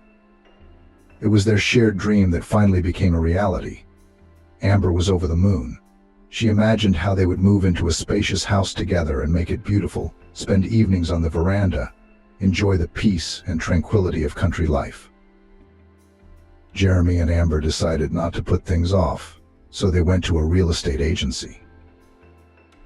The agency manager listened carefully to their wishes and offered several options that met their requirements and budget. Jeremy and Amber looked forward to the weekend to view the proposed homes. On their first weekend off, they went out to look at the homes. Some homes they didn't like right away, others were almost perfect, but there was always some small but significant flaw. Eventually they came to a cozy spot where a house with a small pond stood. As soon as Amber saw the house, her heart beat faster. It was like a fairy tale. Jeremy, too, immediately sensed that it was exactly what they were looking for. Without wasting any time, they immediately decided that this house should be their new home. The legal and financial arrangements took some time to finalize. Amber lived each day in anticipation of an important, long-awaited event for her family, without even realizing the surprise that lay ahead of her. She ordered boxes for the move and slowly started packing and packing. But a few days passed, and Amber began to notice that Jeremy was coming home in some sort of anxious state. "Honey, are you okay? It's been a long day since you've been moody," she asked. "Yes, I'm fine," Jeremy answered dryly. "But I can see that something is bothering you." "But I told you, I'm fine." Jeremy, the boxes came today. So I've already started packing. Jeremy looked at the boxes and didn't say anything. Then his phone rang and he went out onto the balcony, closing the door behind him. That's odd. He never closed himself off on the balcony to talk. Probably definitely some problem at work. He just doesn't want to tell me so he won't bother me, Amber thought to herself. Over the next few days, Jeremy didn't seem to be himself. Amber tried not to ask him any questions at first, just silently put dinner in front of him, and went to play with Emily. But as time went on and her husband's mood didn't change, Amber decided to talk to him and find out what was going on with the deed to the house. Amber waited for her husband to come home from work, and when he showered and walked into the kitchen with a stern look, she asked him, "Jeremy, how was your work day?" "Great." "Great. Why aren't you in the mood?" "I'm not in the mood." "Darling, I wanted to ask you how the paperwork for the house is going. When are we going to move in?" Noticing the change in her husband's face, she added, "Is something wrong?" "With the deeds?" "Yes, everything is fine. All the legal and financial issues have been resolved. I put the house in my mom's name. It's better for her, and for me," Jeremy said calmly to Amber, and put the file in front of her. "I wanted to talk to you about this today." Amber was stunned. "Are you out of your mind?" she exclaimed. "You put the house in Mom's name? It's what's best for her and what's best for you. Do you realize what you've done?" Amber felt like she was dreaming. "Oh, come on. It's just a formality. We're still going to be living in this house later." "Jeremy, I don't know how you could do this to me," Amber asked in a shaky voice. "I don't see anything wrong with it. Who cares who the house is registered to?" Amber was angrier than ever. "Jeremy, I just don't understand why you would put our house in your mom's name. What does she have to do with it? I mean, you and I worked so hard for 2 years to buy our dream house. And you just signed it over to your mom. Why didn't you discuss this with me? I'm your wife." "Look, stop talking to me like that. I don't know what you're so angry about. What's the big deal about the house being in Mom's name? Are we going to live there?" "What's the big deal?" Amber asked aggressively. "It's that your mom hated me from the first day we met, and she didn't even hide it. And every time we met, she tried to give him a jab to show her dislike for him. She openly demonstrated that she was unhappy that he married a woman with a child. Don't tell me that's not true. But why did it happen? I'm not going to argue. But things are better now. She's made concessions and invited them all over to her house. And you're thanking her for that and putting the house in her name?" Amber asked wryly. "Amber, stop talking about my mom like that.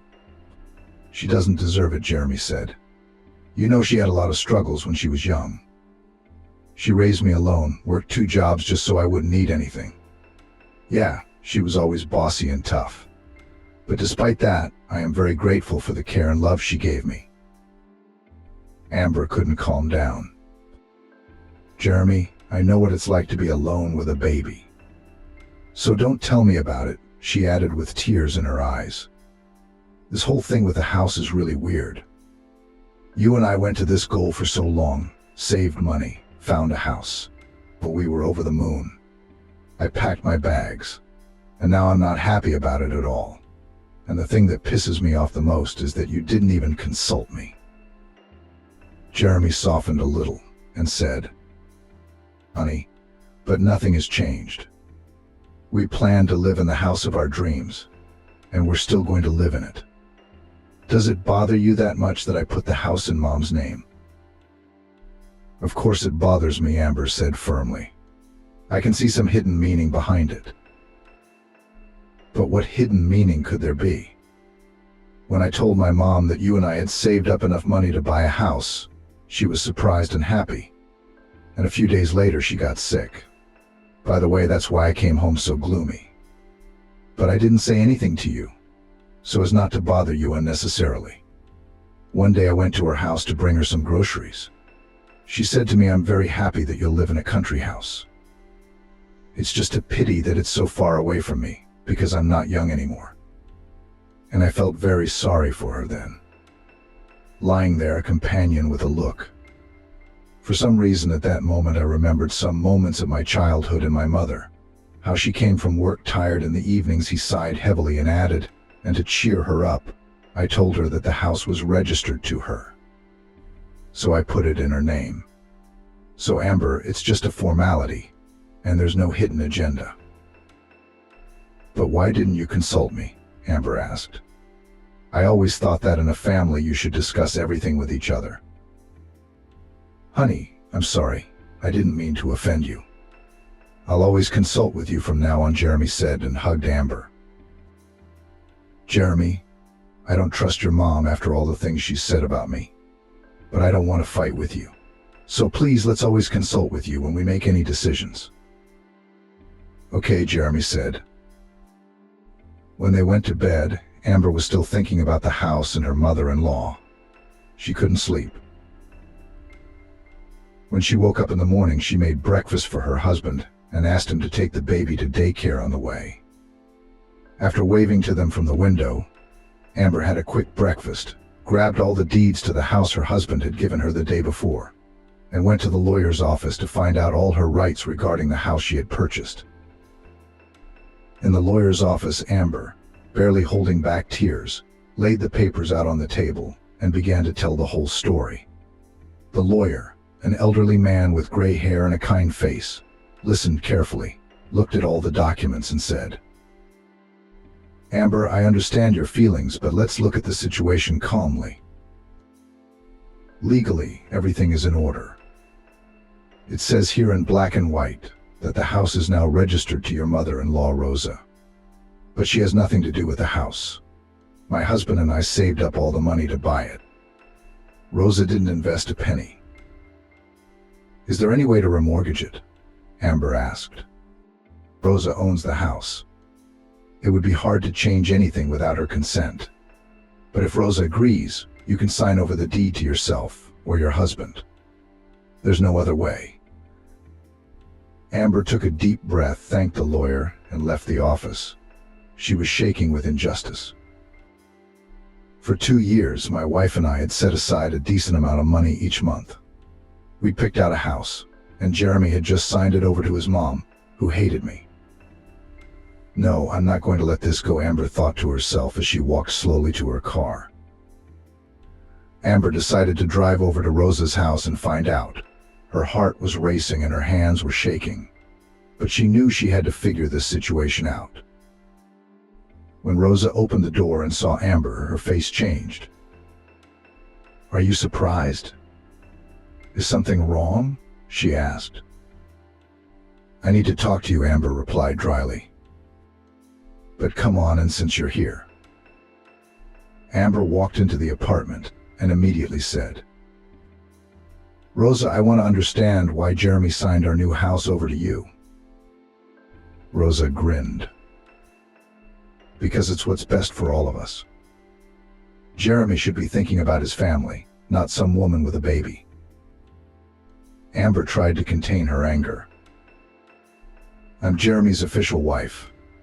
The house was bought with our money, and you had no part in it.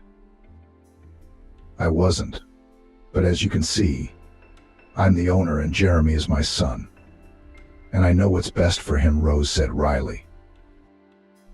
Amber realized that talking to Rosa was useless. I'm not just going to let this go, Amber said, and turned and walked out of the apartment.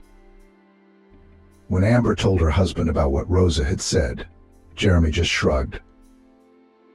Sweetheart, I beg you, don't pay any attention to what she said.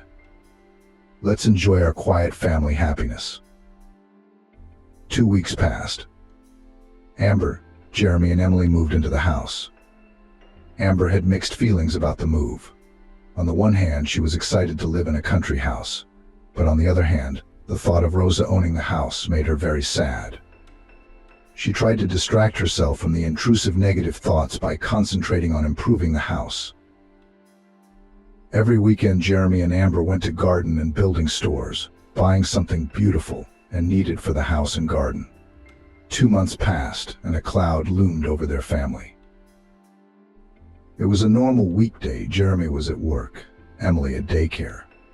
Amber was tending to the vegetable garden when she heard the sound of a car pulling up to the gate. It must be the neighbors, Amber thought. But just a few seconds later, she heard it. "Hello, Amber. I hope I haven't distracted you too much." Turning around, Amber was dumbfounded. Standing in front of her was Rose. "Hello, not too distracted." "I'm planting flowers," Amber said calmly. "Good. You could wipe your hands off the ground and bring my suitcases to my house." "There's a cab driver waiting," Rosa said firmly. Amber almost fainted at what she heard. What kind of insolence was that? Wipe your hands. My house. We'll drop off the suitcases. Did Rosa get up on the wrong side of the bed today? She thought to herself. Amber froze, and Rosa added, "Amber, what are you standing there for?" "I told you there's a cab driver waiting. Get my suitcases out of the trunk." Barely able to keep from insulting her, Amber went to get the suitcases. A storm was raging inside her. When she got the suitcases into the house, she asked, "Rosa, what was the reason for your unexpected arrival?" "What's what, Amber?" "I'm Jeremy's mom. This house is mine, so I decided to live here while my apartment was being remodeled." Amber felt her heart race. She hadn't expected this, and didn't know how to react. Amber gritted her teeth and tried to calm down. She realized there was no point in conflict right now. She needed to wait for her husband and work this out together. About half an hour had passed when there was the sound of the door opening. Jeremy had finally come home. "Amber, I'm home," he shouted. Amber quickly walked out into the hallway. "Jeremy, I'm begging you, please talk to your mom. This isn't normal. Just showing up uninvited like that." Jeremy silently went into the kitchen. Rose was sitting in the armchair, enjoying her tea. "Mom, hi. I see you've settled in, haven't you?" Jeremy asked with a strained smile. "Hi, son. Yes, it's so cozy here." Amber couldn't stand it and told her lover, "Your mom said she's going to live with us." "Mom, why didn't you tell me you were coming?" "Son, but I told you a long time ago that I planned to renovate the apartment. You probably forgot, didn't you?" "No, I remember. What's renovation got to do with it?" "That's not what I asked you." "Well, I'm renovating, and I don't have a place to live. So I came to your place. I didn't tell you because I wanted to surprise you." "But it was a good surprise," Amber said snidely. "Mom, you're an adult, and you should know that it's not nice to come over unannounced." "Son, I'm sorry. So can I stay here for a while until the renovations are done?" Jeremy thought for a moment, then said, "Okay, Mom, just please let's live peacefully and quietly." The mother-in-law cast a wry glance at Amber. Then she looked at her son and said, "Sure, Jeremy." Amber stood by her side, feeling superfluous, as if her opinion had not been taken into account at all. And from that day on, it was as if Amber's everyday life was divided into before and after. Every day, her mother-in-law intervened in every conversation between Jeremy and Amber, between Amber and Emily. She gave advice on how to raise a child, how to plant flowers and weed the vegetable garden, what was good to eat, what was bad for her. Every time Amber tried to delicately tell her mother-in-law not to interfere, Rose closed Amber's mouth with one of her crowning phrases. "So this is my house, and I have every right to make my own rules." As time went on, the situation only grew more heated. Amber's patience wore thin, and one day she didn't hold back. In response to another reproach to her mother-in-law about cleaning the house, Amber sharply responded, "I'm so sick of you and your advice. Everything is wrong with you." Her mother-in-law raised her eyebrows and calmly said, "So if you're sick of everything, pack your things and get out of this house."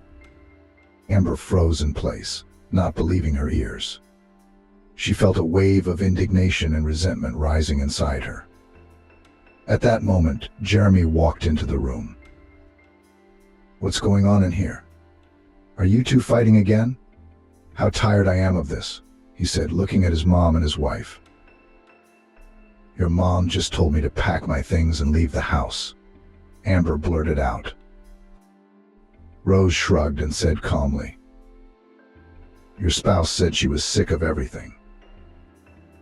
Amber smirked. "Not everything, but your recriminations, barbs, and useless advice." "Son, I just wanted Amber to realize that she needs to learn to respect her elders and listen to advice. I'm trying to help." Amber couldn't help but cry. "Jeremy, I can't live like this anymore. She's driving me out of the house and ruining our family. And she's always fighting," the mother-in-law blurted out. Jeremy walked over to his wife and hugged her. Then, looking at his mom, sternly said, "Mom, my wife is not a conflicted person at all. In all the years of life with her, we have never quarreled, but you're the one who likes to quarrel. I regret that I put the house in your name. But you and I hardly fought before Amber came along," said Rose, looking at her angrily. "Mom, that's enough. I'm tired of hearing labels about others. You better find your own faults and apologize. Amber is my wife and Emily is my daughter. Don't you dare speak ill of them." Rose clearly did not expect this from her son and blushed. After a few seconds, she said, "Jeremy, you have no right to talk to me like that. I am your own mother. When I'm gone, you'll realize the value of my advice." Jeremy softened a little, and Amber thought, what a manipulator. This fight had alienated everyone. Even Jeremy and Amber's relationship cooled a bit. A few days later, the mother-in-law started making things unbearable for Amber again. Tired of the arguments and pressure, Amber decided to leave. In the evening, when Jeremy came home from work and saw the suitcases, he asked, "Are you going somewhere?" "Yes," Amber replied firmly. "I can't live in the same house with your mom. I have to think about Emily's peace of mind. You, as a psychologist, should understand that." She took a deep breath. "Jeremy, you made a mistake when you deeded the house to your mom. After that, she moved here and created unbearable conditions for me in order to survive me. And she succeeded. You know, I'm grateful for your protection. You tried to talk to her, to explain, but your overbearing mom often overpowered you and you didn't see it. I love you so much, but I can't do this anymore. I'm leaving." "Yule, what about Emily? It's stressful for her. I've grown attached to her. She's become like family to me." Amber could barely hold back the tears. "Yeah, I'm always thinking about Emily. The only way I can see right now is to leave. I want to live in love and peace, not in daily fights with your mom. It hurts to know that your mom ruined our relationship. You're a grown woman, Amber, and I can't force you to stay," Jeremy said with longing in his eyes. With a shrug, Amber and Emily left for their studio apartment. When they got home, Amber thought, it's a good thing I listened to Jeremy and didn't sell the apartment, or I would have been homeless. She decided not to jump to conclusions and actions about her marriage. After all, if they spouses are destined to be together, they will be together, despite all the troubles of life. A month passed. During that time, Jeremy hadn't called once. On the one hand, Amber was a little glad she had time to calm down, to recover from the quarrels and stresses associated with her mother-in-law. But on the other hand, she was very worried about Jeremy and their marriage. And of course, she believed and hoped that things would work out between them. When Amber left, Jeremy, despite all his stamina and willpower, became depressed. Rose rejoiced when she learned that Amber and Emily had left home, but then became worried about her son, seeing him in a depressed state. "Son, don't be so upset. You'll meet a worthy woman who will appreciate you and won't abandon you at the slightest hardship." "Mom, enough. I don't want to talk," Jeremy answered dryly and left the room. One day he was sitting in his office, trying to get in the mood for work, but he couldn't concentrate. Thoughts floated before his eyes, images of important and significant moments in his life that made him happy, and that disappeared in an instant: meeting Amber, meeting Emily, spending time together, getting married, cozy evenings and heartfelt conversations, buying his dream house, moving. Suddenly it hit Jeremy: Amber's right. Everything was perfect between us before Mom arrived. He began to remember his wife's words: "Your mom is manipulating you. She took advantage of the moment and moved into the house. She's reining me in. How did I not notice that?" Jeremy asked himself. Mom is the true cause of all the fighting in my family. I mean, she's really always openly said that Amber wasn't right for me because she had a kid, and I didn't pay attention to it. I thought things would work out, but they didn't. They just got worse. And then he remembered one thing. When his mom had been sick and Jeremy had brought her groceries, she'd said something he'd missed: "Son, be careful with Amber. Don't forget she has a daughter. And she could take advantage of the situation and kick you out on the street if there's a misunderstanding between you two. Don't put the house in Amber's name. You should put it in my name or your name, especially since you put most of the money into the house." Jeremy sighed heavily. Wow, that's how it worked out. And the house ended up in Mom's name, the way she masterfully led me to suggest that I put the house in her name. Well, Mom's a piece of work. Without thinking, Jeremy went upstairs to the bedroom and started packing his things. Half an hour later, he went downstairs to meet his mom. "Son, are you going on a business trip?" she asked, noticing his suitcase. "No," Jeremy answered dryly. "To save my family." "What do you mean?" Rose frowned. Directly. "Jeremy, I don't understand. So where are you going?" She couldn't seem to calm down. "I'm going to see my lovely wife, Amber, and my daughter, Emily. The ones you drove out of this house?" Rose turned pale and pressed her lips together. "Amber again. What do you see in her?" "What do I see in her? Mom, it's none of your business, because this is my family. And from now on, I will never let you manipulate us again. You can't destroy my family." "Jeremy, you don't understand. And you've been yelling so vehemently that this is your home." "Yes, Mom, the house is in your name. Only from now on, you'll be living in it alone, because I'm going to live with Amber." "Forget her," Rose screamed. "Don't even think about it. Forget you have a son. Live, enjoy your home. That's all that matters to you. It's more important than me, your son." Jeremy turned and headed for the exit. Rose stood in silence, unable to believe what had happened. 40 minutes later, Jeremy was already parking the car in front of Amber's house. He looked at her windows. The lights were on, even though he was very worried. Jeremy was determined to repair and mend his relationship with his wife. Rang the doorbell, and after a few seconds, footsteps were heard. "Who's there?"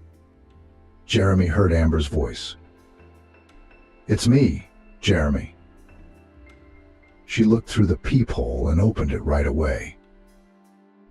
"You?" she asked, surprised. "Yes, Amber. I'm sorry to be here so late. We need to talk." He thought Amber wouldn't want to talk to him, but she opened the door wider, letting him know he could come in, just quietly. "Emily's already asleep," Amber said. Jeremy walked into the apartment, took off his shoes, and headed for the kitchen. Amber followed him. They sat down at the table. "Amber," Jeremy started right away, "I've been doing a lot of thinking over the last month, and I realized that you were right. My mom has really been manipulating us. I hadn't noticed it before, or didn't want to notice. But it wasn't until you and Emily left that I realized how much my mom was meddling in our lives. I'm sorry about that." Amber lowered her eyes, and Jeremy, taking a deep breath, added, "Amber, I can't change my mom, but I can change the course of events in my life. You and Emily are my family, and I can't imagine my future life without you." Amber looked at her husband, her eyes glistening with tears. "Jeremy, this has been very hard on both of us." Emily asked, "Why doesn't Daddy love us anymore?" "I love you both. I never stopped loving you both. I told my mom I was leaving for you and that I wouldn't let her interfere in our lives anymore. Amber, let's you and I keep our family together and build our happiness without her interference." Amber remained silent. Jeremy walked over to her and put his arms around her. "Love, I promise. I'll do everything I can to make you and Emily happy. Let's start over. Let's start over." Amber nodded, smiling through her tears.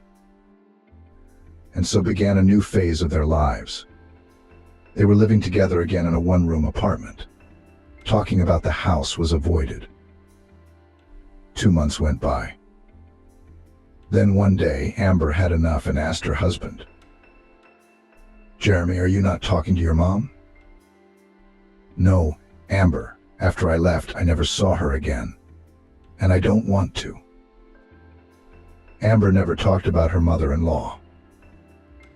One day, Amber was teaching a workshop, and during the class, she got sick.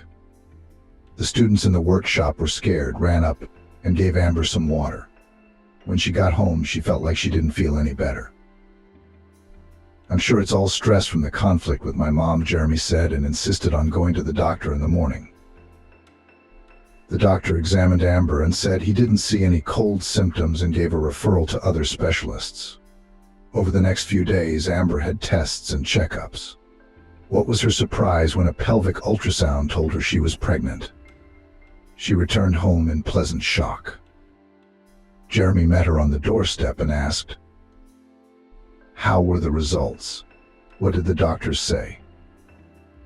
Amber decided to make a joke and, making a serious face, said, "Oh, what did they say? You have no idea. I don't even know what to make of all this." Jeremy became wary, looked intently at his wife and asked, "Amber, tell it like it is. We'll get through this." Amber stalled for time. "Believing? I don't even know how to tell you. What they said left me in complete shock. A pleasant one, though." Jeremy frowned and said sternly, "Are you kidding me? Well, just say it already." Amber smiled. "I'm pregnant." Jeremy's eyes widened in surprise. "What, are you serious? That's amazing." Then he sighed and added, "Honey, you scared me with your joke." She laughed. Jeremy put his arm around her and asked, "So how are you feeling?" "The doctors said I'm fine. Just need to get more rest, watch your health, take it easy, and take vitamins. Honey, I'm so glad that soon there will be an addition to our family." A few weeks passed, and Amber began to notice that Jeremy was worried about something. "Honey, I can see something's bothering you. Why don't you tell me? I thought we said we were going to talk about this." "Amber, you're in no position to tell you what's bothering you right now." "But honey, I'm your wife and I'm really worried about you." Jeremy sighed. "Amber, we're about to have one more person in our family, and the living space is small. That's what worries me. If it weren't for my mom, we could live in a house. But I don't even want to talk to her, let alone see her, honey. Why don't I talk to her? After all, she's your own person. No, Jeremy cut him off. I don't want to. And let's please not talk about this anymore. Amber shrugged. Honey, then maybe we should take out a loan and buy a 2-bedroom apartment. I've been thinking about that too. It's a pity, of course, that we spent so much money to buy a dream house and we can't live in it. Darling, let's not talk about bad things. I'd better go to the bank tomorrow, ask about the loan and the interest. Yes, I will, Jeremy said and hugged Amber. The next day he went to the bank and found out about the terms of the loan. That evening, sitting on the couch, he shared the results with Amber. The interest rates are reasonable, and the bank is willing to consider our application. That's great, but let's start gathering all the necessary documents. Jeremy nodded his head. But this whole situation with the house and his mother made him very angry, and sometimes pushed him to the limit, no matter how much he hid it. A few times he'd even thought of going to his mom's house and just kicking her out. But each time, as soon as he imagined this step, he pulled himself together, forcing himself to calm down and not to do rash things. Knowing his mother's temper, Jeremy realized that doing so might make things worse. And he didn't want that. After all, Amber was expecting a child, and unnecessary excitement could hurt her. A few weeks passed, and the family successfully got approved for a loan. But Jeremy and Amber never had to take out a loan. They were in for another surprise. One evening, when Jeremy and Amber were having tea and the girl was already asleep, the doorbell rang unexpectedly. Who could it be? It's late, isn't it? Jeremy wondered. I'll get it, Amber said and walked out into the hallway. A couple seconds later, she called out, Jeremy, come here. He jumped up from his chair, thinking something was wrong. But when he stepped out into the hallway, he saw his mom on the doorstep. Hello, Rosa said. Hello. Hello, Jeremy and Amber said in unison. Amber stood there in shock. She hadn't heard from her mother-in-law in months, and then she showed up in person. Amber immediately thought that her mother-in-law would not miss a moment to scandalize her. But Rose smiled and said, Amber, please forgive me for all the insults and negative actions towards you. I was wrong. Then she looked at Jeremy and added, Son, me too. I'm sorry. Jeremy was taken aback. Mom, this is unexpected. What made you come here and apologize? I've been thinking a lot about everything that happened. After you all left, I suddenly realized how much pain and suffering I'd caused you all. And you're the people who are closest to me. Please forgive me if you can. Amber looked at Rosa, her eyes filled with tears. Rosa, come inside. Why are you standing on the doorstep? When Rosa stepped inside, Jeremy smiled and said, Mom, thanks for coming. We all want peace and goodness. Rosa cried and then put the folder on the table and said, Here's the paperwork for your dream house. I've reissued it to Amber. My apartment is finished being remodeled. I'm moving in tomorrow. And again, if you'll excuse me, I really want you to be happy. Amber and Jeremy were stunned. Mom, but you're such a good person for realizing your mistakes and finding the strength to come to us. And you forgave us too. I'm sorry if we hurt you in any way, Amber said. As they sat around the table, they all realized the importance of the moment. A month later, Jeremy, Amber, and Emily moved again. This time to their dream home. Spacious rooms, cozy atmosphere, a pond and flowers around it all seemed like a real miracle.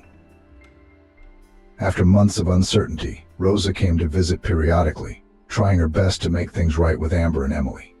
And 6 months later, Amber gave birth to a son.